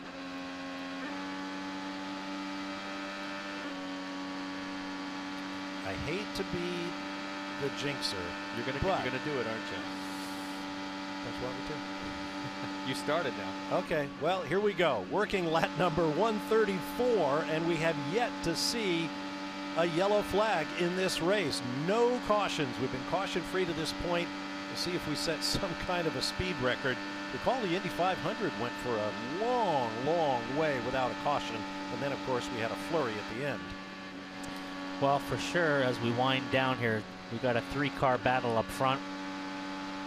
It's going to get more racy towards the end. Guys will stuff it in on each other, maybe have some contact. But as we see here watching Kanaan, I'm really impressed with Power, how he's developed as an oval driver. When he first came to the series, he was completely out of his element and a fish out of water. And he's just developed into a great oval driver. In fact, the longest stretch of caution-free running in a 500-mile race was this year's Indianapolis 500. Went 150 laps. before we saw the first yellow flag wave. And we see Tony Kanaan coming up on Justin Wilson here. And Kanaan was using Wilson to save a little fuel there on the straightaway, but now Power's going to start pressing the issue and force Kanaan to make a decision. Do I sit and ride and save, or do I push and try to put Wilson a lap down? Well, if I'm Kanaan, I just keep my head down and keep going and keep pushing and try to lead this race. Because as these laps click down, these build confidence. So he's got a good opportunity winning today for Chip Ganassi. And how proud would Dario Franchitti be if he got his first win in his old car? Simon Pagenaud has been running 10th for quite some time, but he's losing a little bit of ground to the 9th place running Ed Carpenter, and we caught him in car not long ago. Not real happy, and what he is, he's signaling at Charlie Kimball and or possibly the flag stand, but the flag stand has been giving Kimball the blue move over for 5 or 6 laps, according to Rob Edwards, the strategist for the 77. So not only are they losing ground to Ed Carpenter, but Marco Andretti is catching up, and we saw this coming to play at Houston. They want some room on the racetrack for Pagenaud to get back up to pace. Well, Pagenaud's going to have to get a whole lot closer than that before I think the officials do anything about it. And meanwhile, he's got Marco Andretti coming up quickly from behind. They call that the Andretti salute, that one. So he's looking for Kimball to get out of the way. Marco got penalized last week for holding another driver up. So both of these guys are in the picture trying to get a lap on Charlie Kimball. Well, it gives you some idea of how difficult it is to get close to the car in front of you with these long corners, turn 1 and turn 3 here at Pocono. The aerodynamic penalty that you face when you run in dirty air is significant, especially the deeper you get into a tire stint. Yeah, I mean, the problem, Townsend, you can complain all you want, but he's really just not close enough to, as they say. It's not like he made a move and got blocked. Yeah, exactly. So Power is running closer to Kanaan than Pagenaud is running to Charlie. So there's not really much the flagman can do to help him. Well, while Kimball rolls along there in 18th place, remember one of our stories coming in was the fact that the Ganassi team, that powerhouse with 10 championships and 94 victories, has yet to win a race this year. Right now, Kimball's teammate Tony Kanaan runs on the lead, but he is the Ganassi team's best hope right now. The next Ganassi driver, Ryan Briscoe, runs 7th, followed by the series champion and winner of this race at 400 miles last year, Scott Dixon, 7th and 8th. Now, I know it's frustrating for Pagenaud because he's faced with the reality of, hey, do I turn up my fuel richness here and really push hard to get by? But keep in mind, Charlie Kimball's trying to stay on the lead lap. If we do get a yellow, he packs back up to the group. Look at him. That's not the Andretti salute. That's something he learned in France. That's the Pagenaud salute now. But I mean, he's lifting in the corners here, and he wasn't flat in turn 2, so you just need to be on top of the guy and make the move. Paul, you may be wondering when you watch the onboard, why not just use push to pass? Remember, they do not have push to pass that you can use on the ovals. But now he's got a good draft. Kevin? We see Pagenaud finally get around Charlie Kimball. Rob Edwards is down here. What were you hearing from race control trying to get Kimball out of the way? Very similar to Houston because he was still in the lead lap. Yeah, we weren't hearing very much from race control there, but you know, it's a shame because we came out of the pits, took a little downforce out of the car, and Simon was running pretty strong. And, you know, someone holds us up for 15, 20 laps and just spoils the race for us. But we'll get back with it, see what we can do. All right, thank you. We saw Marco Andretti also get around Kimball, and so that's a big advantage for Marco Andretti. Took him a half a lap. It took Simon about 10 laps. So, Townsend, I think he took a little bit of rear wing out, and he's having a harder time staying closer to guys. Yeah, I mean, if he's having that much trouble getting around a lap car, it really doesn't bode well for the finish of the race on a lower downforce setup. Well, we'll see what Simon Pagenaud and Marco Andretti can do now that they are by Charlie Kimball. We'll take a break. There is your top 5, followed by your second 5 here at Pocono. Here's Mikhail Aloshin, headed for another pit stop. Kevin Lee awaits him. Next to the last one coming for Mikhail Aloshin. He gets slowed down there in just a moment. We'll see the leader, Tony Kanaan, shortly, by the way. Aloshin has been fantastic again today. He said he wanted to get to the finish, but one more pit stop plus from getting there. Aloshin is back out as we watch Tony Kanaan coming down.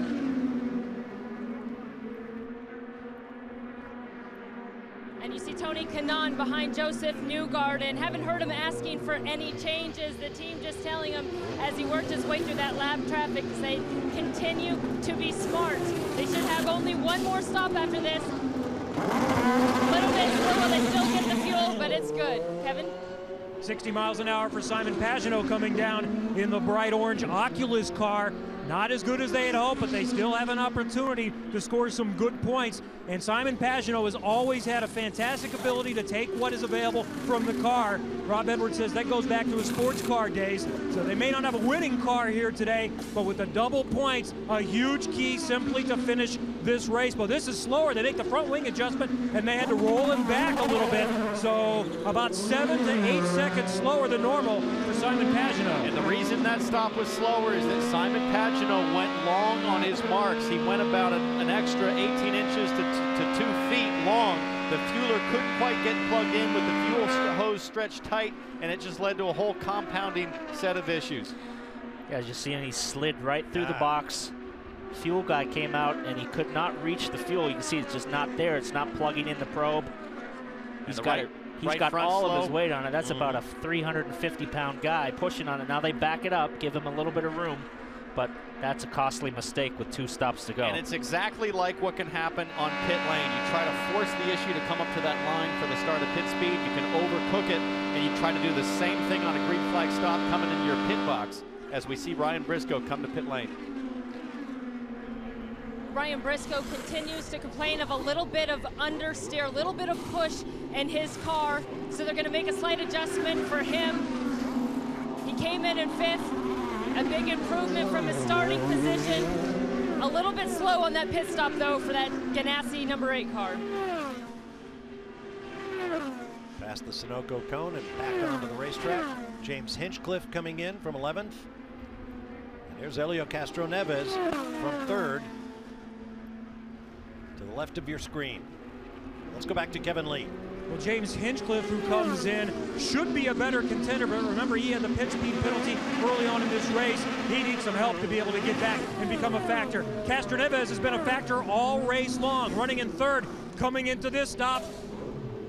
Roger Penske talking him through on the radio. Castroneves back out, trying to chase down Kanaan and his teammate Willpower. Here's Scott Dixon also coming back out.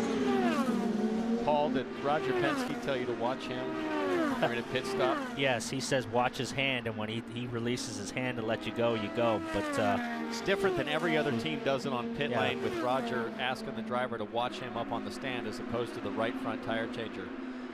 As we see Willpower, who is still out on track. Carlos Muoz pits from 3rd. Kelly? And he started 3rd, Bob, even though this is a long 500-mile race. Carlos told me it's really not that big. It's physical. He gets the rest of it on the long straights here. Remember, he won that Indy Light race here a year ago. It looked like it was a good stop here for Carlos Muoz. He's having a good day, no doubt about it.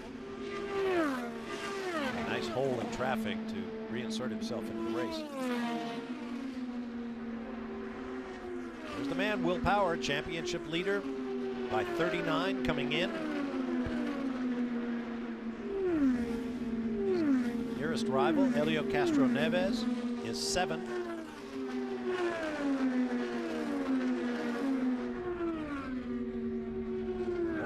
Long, sweeping 3rd corner. And boy, they've made great mileage, Paul. I mean, going to lap 154, they're going to come in this lap. That means 45 laps to go. One more stop. They should be able to turn up the wick, and he has been. That last lap at 2:19.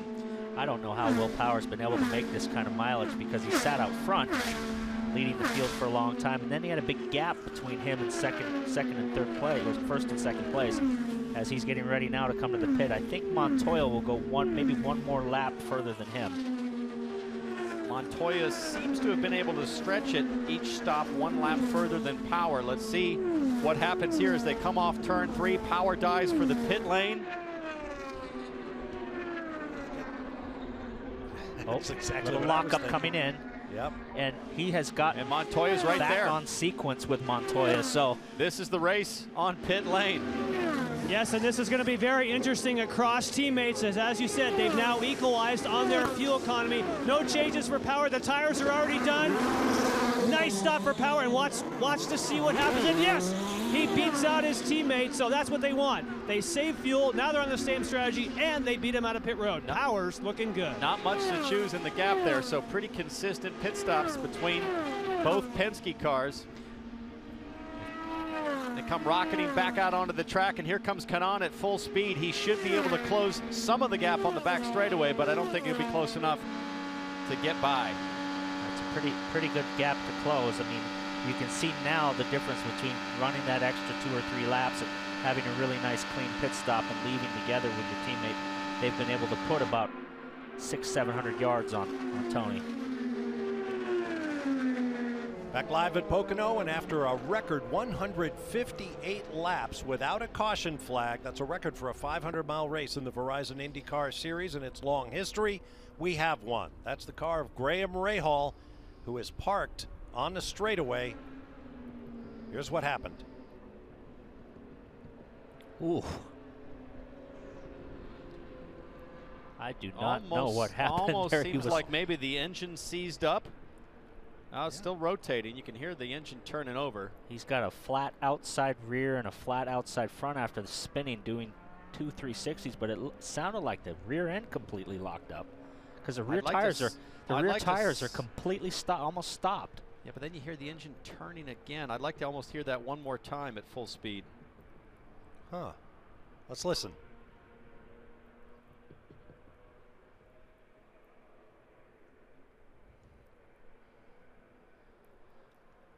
You know, he had that earlier hit to the wall, and is there any chance there was any engine damage? I think he's got no steering. Well, he's got no steering. He's got a lot of left-hand down steering because the right rear is probably flat. Yeah. He's compensating for that. He's got a wheel spinning but in the air. man, that was we heard his dad Bobby come on the radio and said we think it was an engine failure, but no smoke, nothing like that. So we'll hear from Kevin. Bobby, what happened there? It seems something out of the ordinary. Yeah, it just, we don't know if it shut off. It just, all of a sudden, just spun. And everything was fine. So we don't know. He couldn't drive it in. So that says something, I think. But it's a shame. We had the National Guard car looking like we were going to be up in the top 10 after we had at the start. The pad on his headrest fell off, so he had to drive without a headrest for a while, without a pad. So that put us back a little bit. We were catching back up. It's just a shame. Thanks, Bobby. Here come the leaders. Well, here comes one of the leaders. That's Tony Kanaan on pit lane.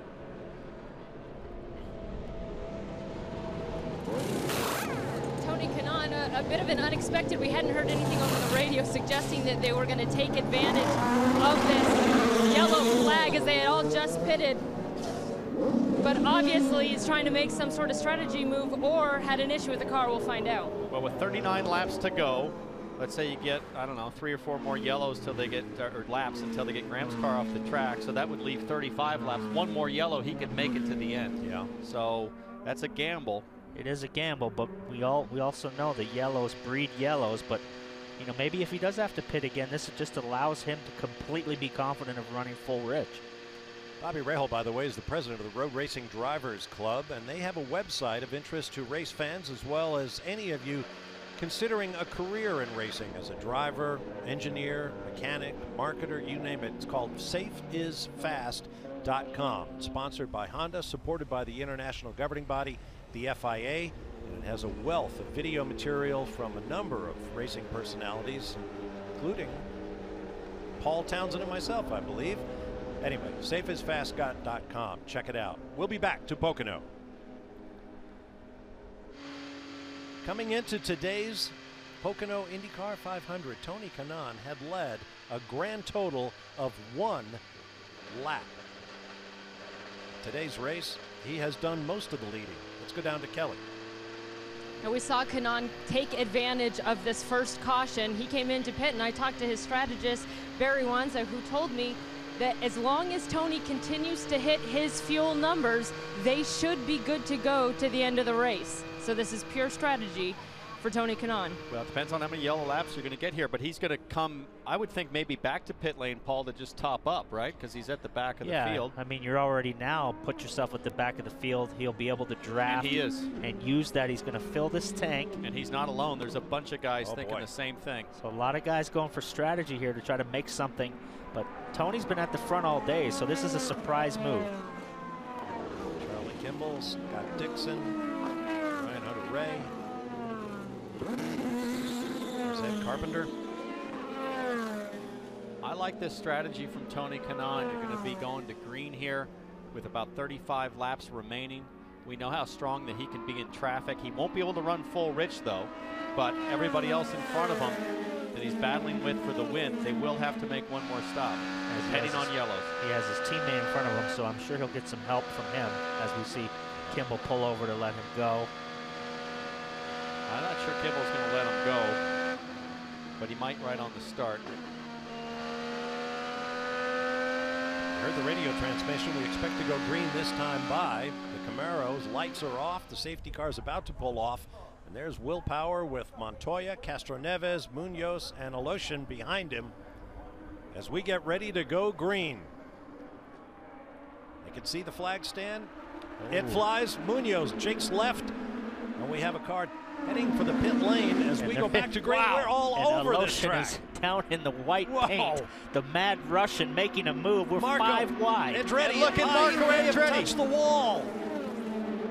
Marco coming back from an early pit speed penalty, going high up on the cushion, but he's slow coming off of turn 1. I think he got a little too close to the wall for his liking, but look at up front. It is Power and Montoya, the Penske teammates, wheel to wheel. Now Montoya drops in behind. We got a race on our hands now.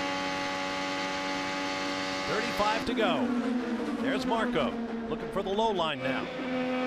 Whoa! That's Pagano with Bourdais down the inside. They almost got together. We had said at the start of this race, it's going to be about the restarts all day long, especially at the end. Look at Montoya having a look. A little bit of blocking. Oh, something came off the car. Left front end fence for Montoya is gone. Now we understand race control is looking at that restart. Somebody may have been a little trigger happy. Front wing end plate off of Montoya's car.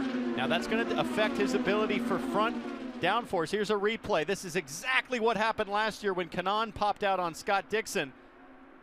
And how much understeer is he going to gain? Not much, apparently. Yeah, Look at him go. How much downforce do you think that is a loss? Maybe it's a gain. You never know what the wind tunnel says. There's Muoz in second now. He is the driver race control is focusing on, we understand. His restart might have been a little too aggressive. Doesn't seem to have affected Montoya's handling. He's still out front. I would think that you would get a lot more understeer and lose some front downforce, but he's holding his own out there, and let's see if he can hang on. It seems to have affected Power more, knocking that back back bumper off the car. Might even be a drag advantage if you lose that end fence. Remember, your wing angles are so low at this track, and we understand that Carlos Muoz is just going to get a warning. Not sure what that means for jumping the restart. That might be the last restart of the race. So, oh, look at Castroneves slices down the inside of his teammate, and that was tight thread the needle. Wow. I think the Power's car is more affected than Montoya's from the touching. Aloshin now looming. Castroneves mirrors. Keeping an eye on Tony Kanaan, Bob. He's all the way up to 11th. Remember, started at the back of that pack. An awesome restart. And he might be able to stretch it on fuel. They'll be watching it very closely down in the Ganassi pit. If you're joining us from the broadcast of the NASCAR Coke 0400 at Daytona, welcome. We're watching the Pocono IndyCar 500, where we went 158 of the 200 laps, caution-free, until a big spin from Graham Rahal brought out the first yellow hanky of the day. And now after the restart, there is some interesting pit strategy in play. We are back to lapping at 216 miles an hour plus. What a beat. By the way, congratulations to Eric Almirola, declared the winner of the Coke 0400. first win for the 43 car from Petty Enterprises since 1999. And Tony Kanaan, I wanted this telemetry here so we can see whether or not he's lifting on the front straight. He short shifts there, look at that, lifting the throttle. He is saving fuel to make sure he can make it to the end. If he can do it, he could win this race. I think he's clear of all the other cars that pitted on the same sequence as him. So if he needed to get by these guys, you'd think he'd be in a hurry to get by. But I think he's ahead of everybody that's on the same strategy. Let's get more on strategy now, particularly Willpowers. Here's Kevin. Sorry, Jan Vikas. And to answer Paul Tracy's question, you see Tim Cindric on the left-hand side. I just asked him, was Power's car hurt in that contact with Montoya? Hear them talking on the radio. He said that Will has had no communication. And if, Paul, I would think if something was amiss, he would have been on the radio right away. So according to Tim, nothing wrong with Power's car after the contact. You know, Bob, one guy we haven't talked a lot about today is Josef Newgarden, who pitted at the same time as Tony Kanaan and is still on the lead lap, currently running just ahead of Tony Kanaan in 10th position. So a lot of interesting things to play out here as your leaders going to have to make another stop, but they are pushing hard to stretch the gap. Saw the details on the German Formula One Grand Prix. You'll see on CNBC. Don't forget to check out NASCAR. Oh, down low, Power. As you see, Castroneves gave a little signal to Power there. Yes, He did not like that blocking. And I don't know if... Well, I think Power gave him a weave, and then he gave him a second bob, and here goes Power back around. And we understand the incident is under review from race control. I'd like to see that one again in slow-mo. Here it is. Castroneves calling the cops on his teammate. So here is Castroneves. Oh, Power is proactive, but then he's reactive there. There's two moves. That's a little out of line. He made the move in reaction and then double reacted on Castroneves. So Paul Tracy, you're the commissioner. What do you call? It's a block. I mean, you can make one move, but then once he saw Castroneves go again, he made another move on him. So I agree. I think it's they all know the rules. I don't know how you don't pull Power in for that here for a drive-through. Simon Pagenaud is in. Simon Pagenaud is hoping that this stays green now the rest of the way. This will still give him an opportunity to get a decent finish, because that means an awful lot of guys are going to have to come in. So they chose to go early. Front wing adjustment, maybe turning up the wick a little bit, trimming out for Simon Pagenaud. He was able to stay on the lead lap, which was good. So he's going to need a yellow to pack him up with the rest of the field, because you won't be able to claw your way all the way back around from that distance. So the order is Montoya, Muoz, Power, Castroneves, Aloshin, Dixon, Briscoe, Andretti, Newgarden, and Kanaan, the top 10.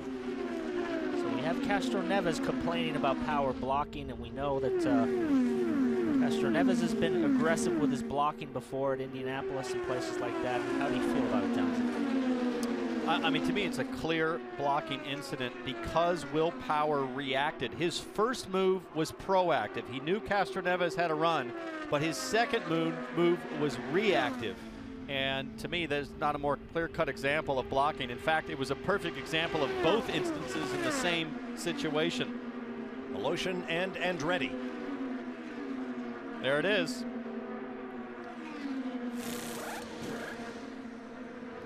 There it is from the stewards. Black flag drive through to Willpower for that blocking move on his teammate Elio Castroneves. And keep in mind, they are 1-2 in the championship.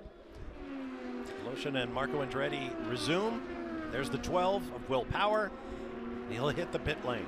And he's flying into the pits. And he's got to be careful not to get a second penalty for pit speed. Dixon follows him in to try to get on the same strategy as everybody else, but this will really take him out of the running to at least win the race, I think.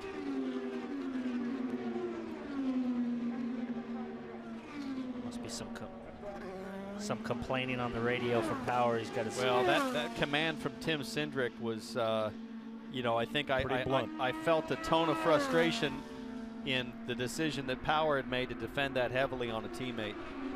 Well, I'd have to agree with that. It's one thing to make those kind of moves against your adversaries, but to make a move on your own team car is pretty aggressive. Yeah, that was the first move.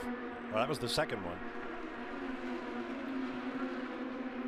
Castroneves got by. He was furious with his teammate. As he should be. I mean, got to remember, folks, you're going 225, 230 miles an hour down the straightaway with open wheel race cars. Yeah, there are no small incidents at a place like this. This could be the opportunity for Castroneves to close some ground in the championship. This was the break that he really needed as we look at the points right now. As they run right now, Castroneves would take 17 off of Willpower.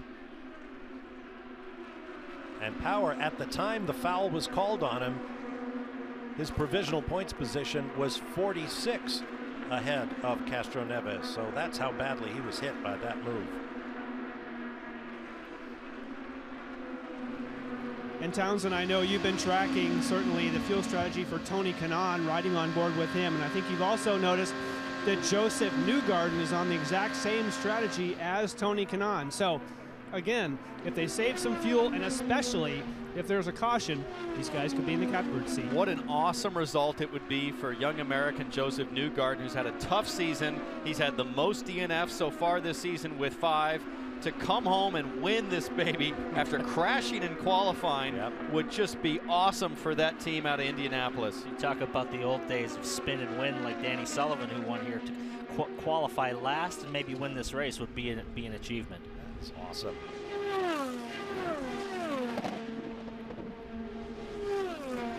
Just thinking about that incident, Josef Newgarden, when he had that crash in qualifying, said, "I have no idea. It's the strangest crash I ever had. It just happened."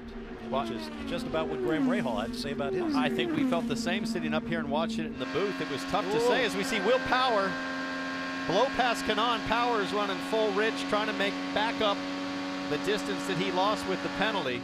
Currently 7th. That's the sign of that. That's the driving of a guy that has got red shot blood eyes, furious at the penalty. He's coming back through the field. If I'm Kanaan, I'd try to stay with Power. He's just rocketed away from him, but I would be trying to sit in that tow with him. Well, but he can't burn that much fuel. Remember, he's got to really stretch this out.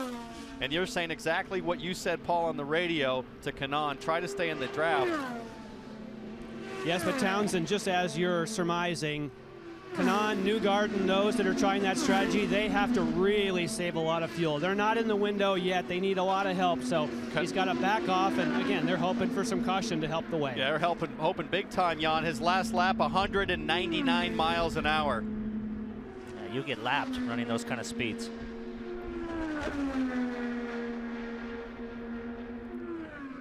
So that's the argument between Kanaan and his pits over, do I go fast or what do I do? Because I'm going so slow, and they're coming back on saying, yeah, we need you to turn it up. So that strategy clearly at risk now if the yellow doesn't come out. And you've got the leader, Montoya, running at 217.5 miles an hour, 199. You'll get lapped in a hurry running at that speed.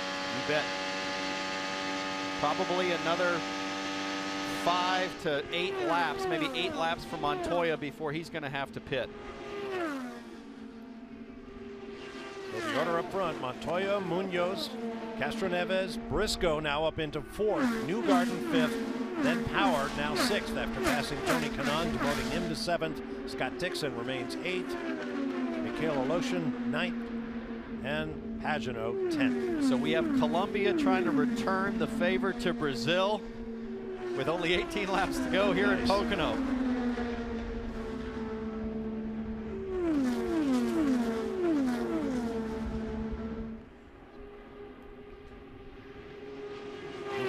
That's Briscoe, I believe, coming on pit lane for his final stop. Roger that. It is him. Well, before all the contretemps between the top 2 men in points, Willpower and Helio Castroneves, the Penske cars were running 1-3-4. Number 2 was Carlos Muoz, the highest running Honda in the field. There is Muoz. There's Briscoe on his way back out.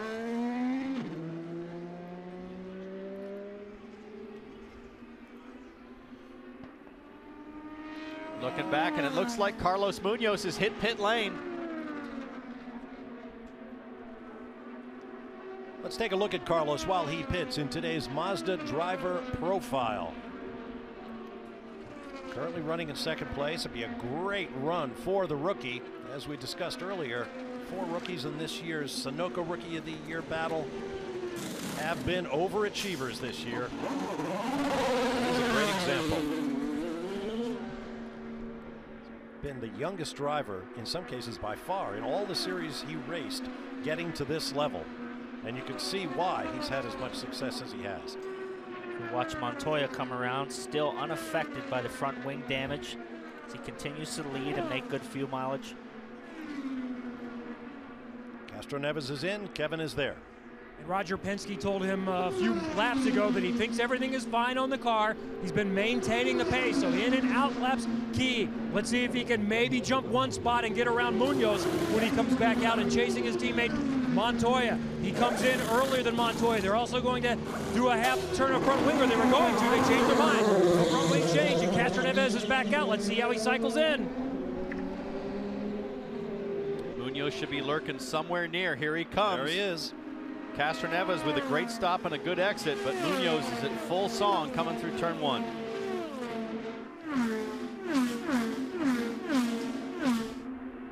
How about Ryan Briscoe, who's been needing a great result, worked himself now, going to be in the top 5 once all of these stops cycle through. Right there with Castroneves and Muoz as Muoz looks to the outside. A little bit of protection from Castroneves, protecting the inside line. That Muoz didn't dive down the inside, and now he's pulled a small gap on him, so he was able to defend and get clear on this outlap. 14 to go. And here comes the race leader. Be interesting to see if he takes some wing on this to try to compensate. To Kelly. Juan Pablo Montoya has completed all but 2 laps this season. That's second only to his teammate Willpower, who's missing just 1 lap. He has not been complaining about the car since he had that front wing damage, making the pass on his teammate. Looks to be a clean, what should be his last stop for Juan Pablo Montoya. I think they gave him a turn of front wing, Townsend. Obviously it changed the handling a little bit, but not greatly, so just balance it out. There's Newgarden, the race leader, as the pit stop rotation continues. Newgarden, your leader, but how long can he go on fuel here? How long do you dare? There's your answer, Jan. Yeah, I was just going to say that unfortunately he had to abandon the strategy just like Tony Kanaan. So yes, he has an opportunity to lead, but you heard on the radio, 12 laps to go, but 6 to pit. They needed some caution to help. Willpower will be on pit road here in a moment. If he had a caution, all of a sudden Willpower could be alive, but right now he's got a lot of ground to catch up. You know, a guy that we haven't talked much about today that has quietly snuck his way into a top 5 situation is Scott Dixon. Scott Dixon sits currently between Briscoe and Pagenaud, right with what will become the lead group, providing the yellow doesn't come out, as Jan just mentioned. Scott Dixon having a heck of a run, now in position to win, and remember, won the race last year. That's right, it was a part of a late season rush to the championship for the New Zealander. Now guys, watch this, because he may not need all of the fuel. I'll be curious to see if they do a quick fuel run here. In fact, his engineer is watching right now. He's watching. Yeah, see, that's a little quicker than usual. That was below 7 seconds because they didn't need necessarily all the fuel to get to the end. Great job in the pits this weekend for Power's 12 car. Kind of kept the fuel in there as long as the tire change took, and then sent him on his way. Well, if we did get a yellow, you'd have a raging bull in Willpower on fresh tires coming through the field for the line, as we see Josef Newgarden continue to work around as your current leader, but as we heard already on the radio, he does need to stop one more time. He becomes the 5th different leader of the race. You see the points as they run. Castroneves will close a huge amount on Willpower for the championship lead. Simon Pagenaud provisionally jumps from 4th to 3rd. Ryan Hunter-Reay drops into the 4-hole. As we talk about Power, the Raging Bull, I spoke with him at the beginning of the season, and he said, I'm going to drive every lap like I'm Paul Tracy, and at some point, when you have these kind of mistakes, I know as good as anybody the captain doesn't like it. video coverage wasn't as good back in the day. Exactly. So now they catch everything. That's true. I think you put one of those moves on me at Indy one year. The double bob. Yeah. The triple weave. I think you did that to me on a restart. I try to get out in front of the criticism before it happens by accusing you. I don't know if you picked up on that. Spin it early. Big moment for Josef Newgarden. Yeah, very popular driver for Sarah Fisher Hartman Racing. And this was a gamble. This was a shot in the dark here to try to get a good result. And it was maybe going to pan out, but obviously not good enough fuel mileage. And just too many laps to run this strategy. 7 to go next time by. Hey, Bob Varsha. Yeah, Robin. You know, we need to give Chevrolet a little love because they got their tails kicked at Houston in fuel mileage, and whatever they've done, they've turned the whole thing around today. Yeah, when Newgarden pits, as we know he will, there'll be 3 Chevys running in the top 3 positions, then a Honda, 2 more bow ties, then 3 Hondas. Tony Kanaan will cycle back to the lead. Now, Newgarden does have a 17-second gap and a 22-second gap over Montoya, so easy for him to stay on the lead lap. He'll be at the back of the field, but again, if we did get a last-second yellow, you'd have Newgarden's power looking awfully racy there coming through the field. The 3,000-foot back stretch.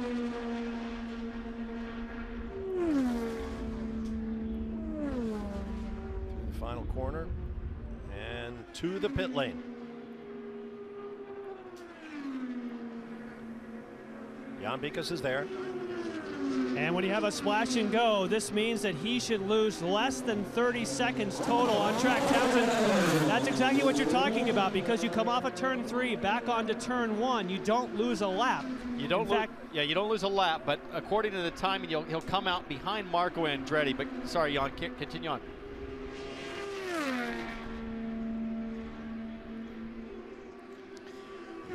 So Kanaan cycles to the front. 30 laps into this fuel stint.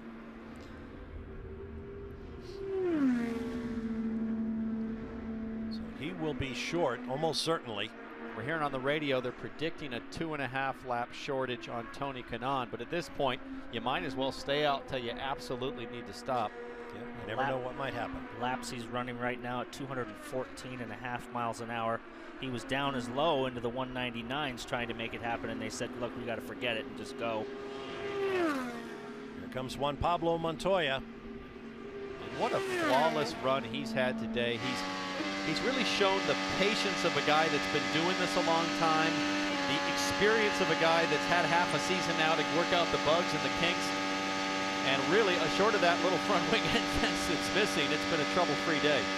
Well, when it's your day, I think he's played this race exactly perfect. He's done everything he's had to do other than the damage with power, which was kind of inflicted by power. But as we see Kanaan come around the front straight, it'll be a shame for him to have to pit. 4 lap. Fuel alarm, he said? Fuel alarm, so that means he's seen either a light and or a message on his steering wheel letting him know that the fuel alarms come on. Typically the engineers decide when that light comes on, and that light means pit now. And it's the blue light right here that you see. That's his fuel alarm light in the upper right hand corner. And God, that's tough. You got 4 laps to the finish of a 500 miler. You've got to hit pit lane under green flag. You sit out front all day leading the race, getting comfortable. He locks up coming in, and just heartbreaking for him. It's just the season just can't get on the right foot. And that right front tire locked up suggests a little hot on pit lane. Hopefully he got it down to speed.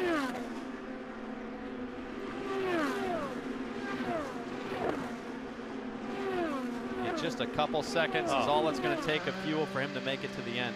Literally a splash. 16th lead change of the race among 5 drivers. So we see Montoya running around there with that wing end fence missing.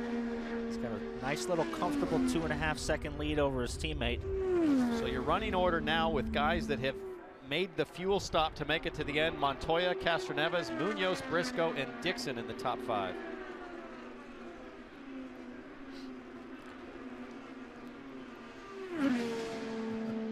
What a great story Juan Pablo Montoya is. Had a great run in Indianapolis, was strong at Texas, but I really think he stamped his authority on this track at Pocono in qualifying, guys, when Willpower set a blistering 2:23 lap and Montoya went out and clipped him one better. He's got a lot of experience here, Townsend. He's raced here many times in NASCAR. He's qualified on the pole in NASCAR and Cup. So this is obviously a great track for him as the crowd is going crazy for Montoya as he hits the white flag. That's right. The Brazilians might have beaten us in the World Cup, but we're about to get some of that back right here.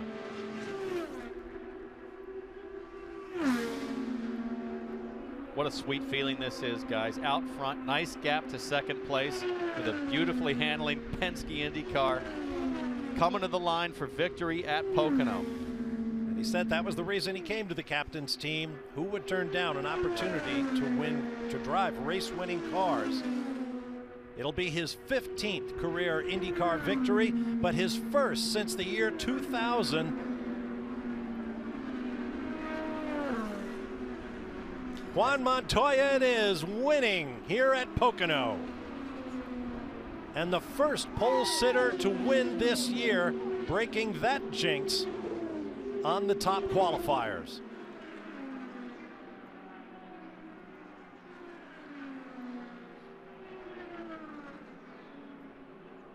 "14 years between victories while he raced in Formula One and NASCAR. With distinction, well deserved indeed. Juan Pablo Montoya is your winner." Let's hear from the captain with Kevin. A 1-2 finish for Roger Penske. This is why you brought this guy back to IndyCar, right? Well, that's great for Juan. What a great job he did. All 3 cars ran well. Sorry about Will there and Elio getting together, but for Team Penske and Chevrolet and our sponsors, PPG, Verizon, certainly, and Hitachi, you know, what a great day here. We just need to continue this as great points day for us, and you know, with Hunter-Reay having a problem, that gave us a real boost in our points. But it's up to the team, and they did it, and the great drivers, and congratulations to Juan Montoya. Certainly a great day, and the cars were fast, and you referenced it, though. All 3 of the cars had contact because Juan made contact getting around Power earlier on. What do you make, especially if Power being penalized for blocking a teammate?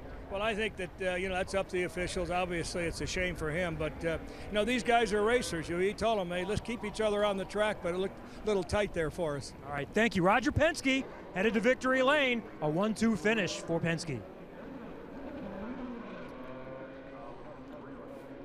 It's been a while since Juan Pablo's been to victory lane, but you can be sure he knows where it is. Well done. I don't think there's any other way to describe Montoya other than being a winner. I mean, he just wins in everything. His whole life, his whole career, every discipline, he found a way to win. And that just looked flawless today. That's why you get paid the big bucks, right? When you're Juan Montoya, the guy's just awesome. Fantastic driver, long career, a champion in everything he's done. In his years with the Ganassi team in NASCAR, he would often do some moonlighting in sports car racing, including that victory in the Rolex 24-hour race in Daytona that I mentioned. And whenever you got down to the end of the race and you were trying to decide who your closer was going to be, there was never any doubt that for the Ganassi car, it would be Montoya who went in for the finish. You can hear in his voice on the radio how appreciative he is. He's humble. He's younger. And, you know, the wins came all the time, and you just don't appreciate him. And you hear it in his voice. He's just appreciative of this opportunity. Is that something that comes with the years? As you get a little bit older? Well, I think it's been a long time since he's won a race. In that Cup stint, you know, 7, 8 years goes by and you don't win. You think, when am I going to win again? Connie leans in. I think he feels this is just a great opportunity. He's in the championship now too. Can you imagine how hard it is, Paul, to come back from 7 years of NASCAR to be an IndyCar winner, as competitive as this series is? Yeah, we see Kanaan, another frustrating day for him. He's out of here, and just the frustration continues. Third fastest IndyCar race of all time, 202.402 miles an hour. The first 500-mile race to average over the double century. And who better to do it than Juan Pablo Montoya to Kelly.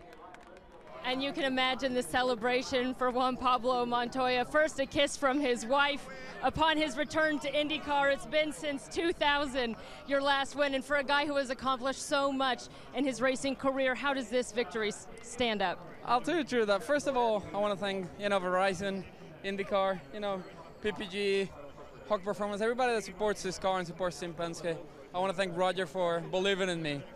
After how many years out of open wheel, come back, and he believed I could do it, and here we are. It's awesome. Let's talk about the end of that race. A little moment there with you and Power. You got your wing clipped. I mean, how tough was the competition, and how tough was it to drive with the damaged car towards the end? Just a little more understeer. I had to do it. It's one of those moves that you either do it or you do it. That was the win move, and I had to do it. There was so much strategy, fuel, and when to make those moves. It seemed like patience may have been a key for you. Yeah, patience, that's what I've been saying. You got to be patient, you got to run smart, because days like this, if you do everything right, the opportunity will come. All right, well, this is now his third 500-mile win here in IndyCar. Jan? From victory circle to what could have been for Willpower. Will, this day was going exactly how you wanted it to go until that incident. How do you see it with you and Elio? Well, I actually let him go. I actually went wide over the brakes and actually touched the brakes. What, you going to show the replay? Well, so you can talk us through what happened. I move.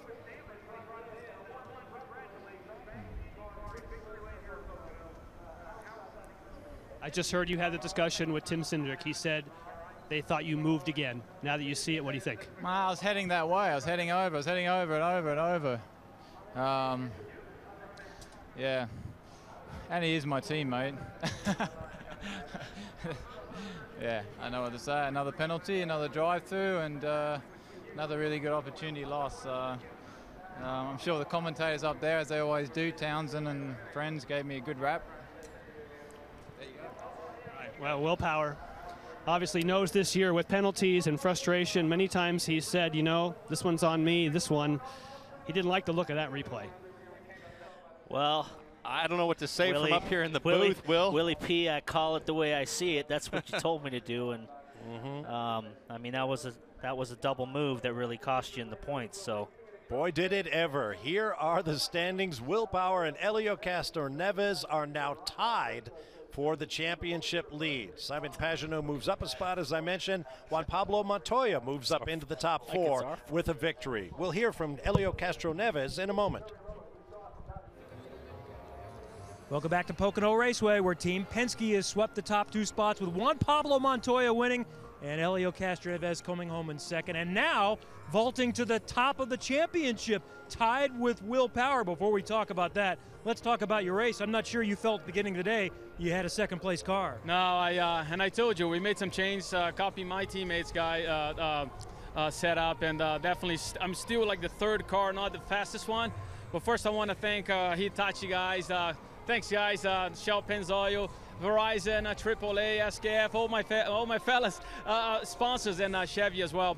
And congratulating Montoya, man. Are you kidding? This guy is unbelievable. Coming back after 15 years and winning a race. He did a great job. Like I said, as soon as they signed him, I knew it would be an asset and a headache for us. And I'm glad it's good that 1-2 finish. And I can't believe it, second in the championship. I'm sorry, I've just keeping thinking about it. This is unbelievable. Well, let's get to the nitty-gritty now. Not often do teammates come together like that and one penalized for another. Watch this. You're chasing Willpower and he moves. Well, that's one thing about our team. Team Penske, there is no team order. And we race hard, and we race and we push for it. And unfortunately, I'm not the one to make the calls. And but I think we're really pushing hard. Obviously, we're fighting for the championship. And in the end, it's not my call. Is Michaela normally this bashful? She doesn't want to be on camera. I know, Michaela, why don't you want to say hello to Kat? Say hello to America. Iris, mira. Edu, Emiliano, todos, Benjamin. Bueno. Nice job today. Helio Castroneves, Bob. All right. Hi, Michaela. Yeah, it's been a long day for all of us. As they continue the post-race celebrations and the fans head for the barbecue. To paraphrase Helio, He don't make the calls. We don't make them either. But here is the rap sheet on Willpower thus far this year. Blocking violation today, pit speed violation in Texas, contact at Detroit, the Belle Isle 2. I mean, it is what it is, dude. Welcome back to Pocono Raceway. Here's a look at the top 10 finishers. Unofficially in today's Pocono IndyCar 500. Officially the fastest 500-mile race ever in the Verizon IndyCar Series at over 202 miles an hour. Big victory for Juan Pablo Montoya. Helio Castroneves is now tied with Willpower, who finished 10th for the championship. Let's get down to Kelly Stavas with Carlos Muoz. It's the third place finish for the rookie Carlos Muoz this season, and I imagine, Carlos, you're ready to take that rookie stripe off and get onto that top step of the podium. Yeah, you know, I have, I don't know, three positions, 1 second. You know, we were so close. I think we have the car today to win. I was really fast, you know, by my own. It's really tough when you are behind the guy in front. You go as quick as him, you know, was great. I knew it was a long race. I just take it easy. Third place, what can I say? It's double points, so really happy with it. The rookie continues to work his way up the point standings. For Ryan Briscoe, who's joined by little Finley now, who's saying, good job, Dad. That's the best run for you in the season. You said it came down to strategy and, most importantly, what happened here at the exit of the pits. Yeah, I mean, it was all about track position today, you know, and we got to, you know, after the start, you know, we were passing cars. I think got ourselves up into 5th place. And then it was right at the point of the first pit stops. We waited probably a little too long, and a bunch of lap down cars were coming out of the pits. And I probably lost about 8 seconds in track position. Hey, you want to say something? And at that point, we sort of lost touch with the leaders. But, you know, we were hanging in there, having some great racing.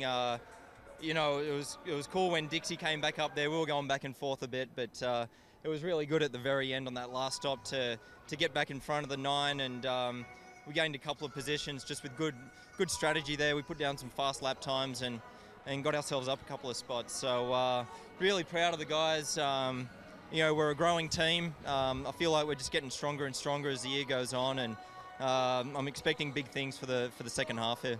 Well, you're a growing team and a growing family. Check this out. If you can't see this already, Finley has her own hard card already. Oh, she likes the microphone as well. Thanks. Well, when Mom is a television commentator, Nicole Briscoe, obviously, that's in her future. Here's a look at the damaged front wing that did absolutely nothing to slow down our race winner, Juan Pablo Montoya. And there's a look at his Colombian fans. Big day. We'll be back. Post-race festivities continue down in Victory Lane after an historic day at Pocono Raceway, the fastest 500-mile open-wheel race in history and the first over 200 miles an hour, 202 miles an hour to be specific. How about those fireworks, America?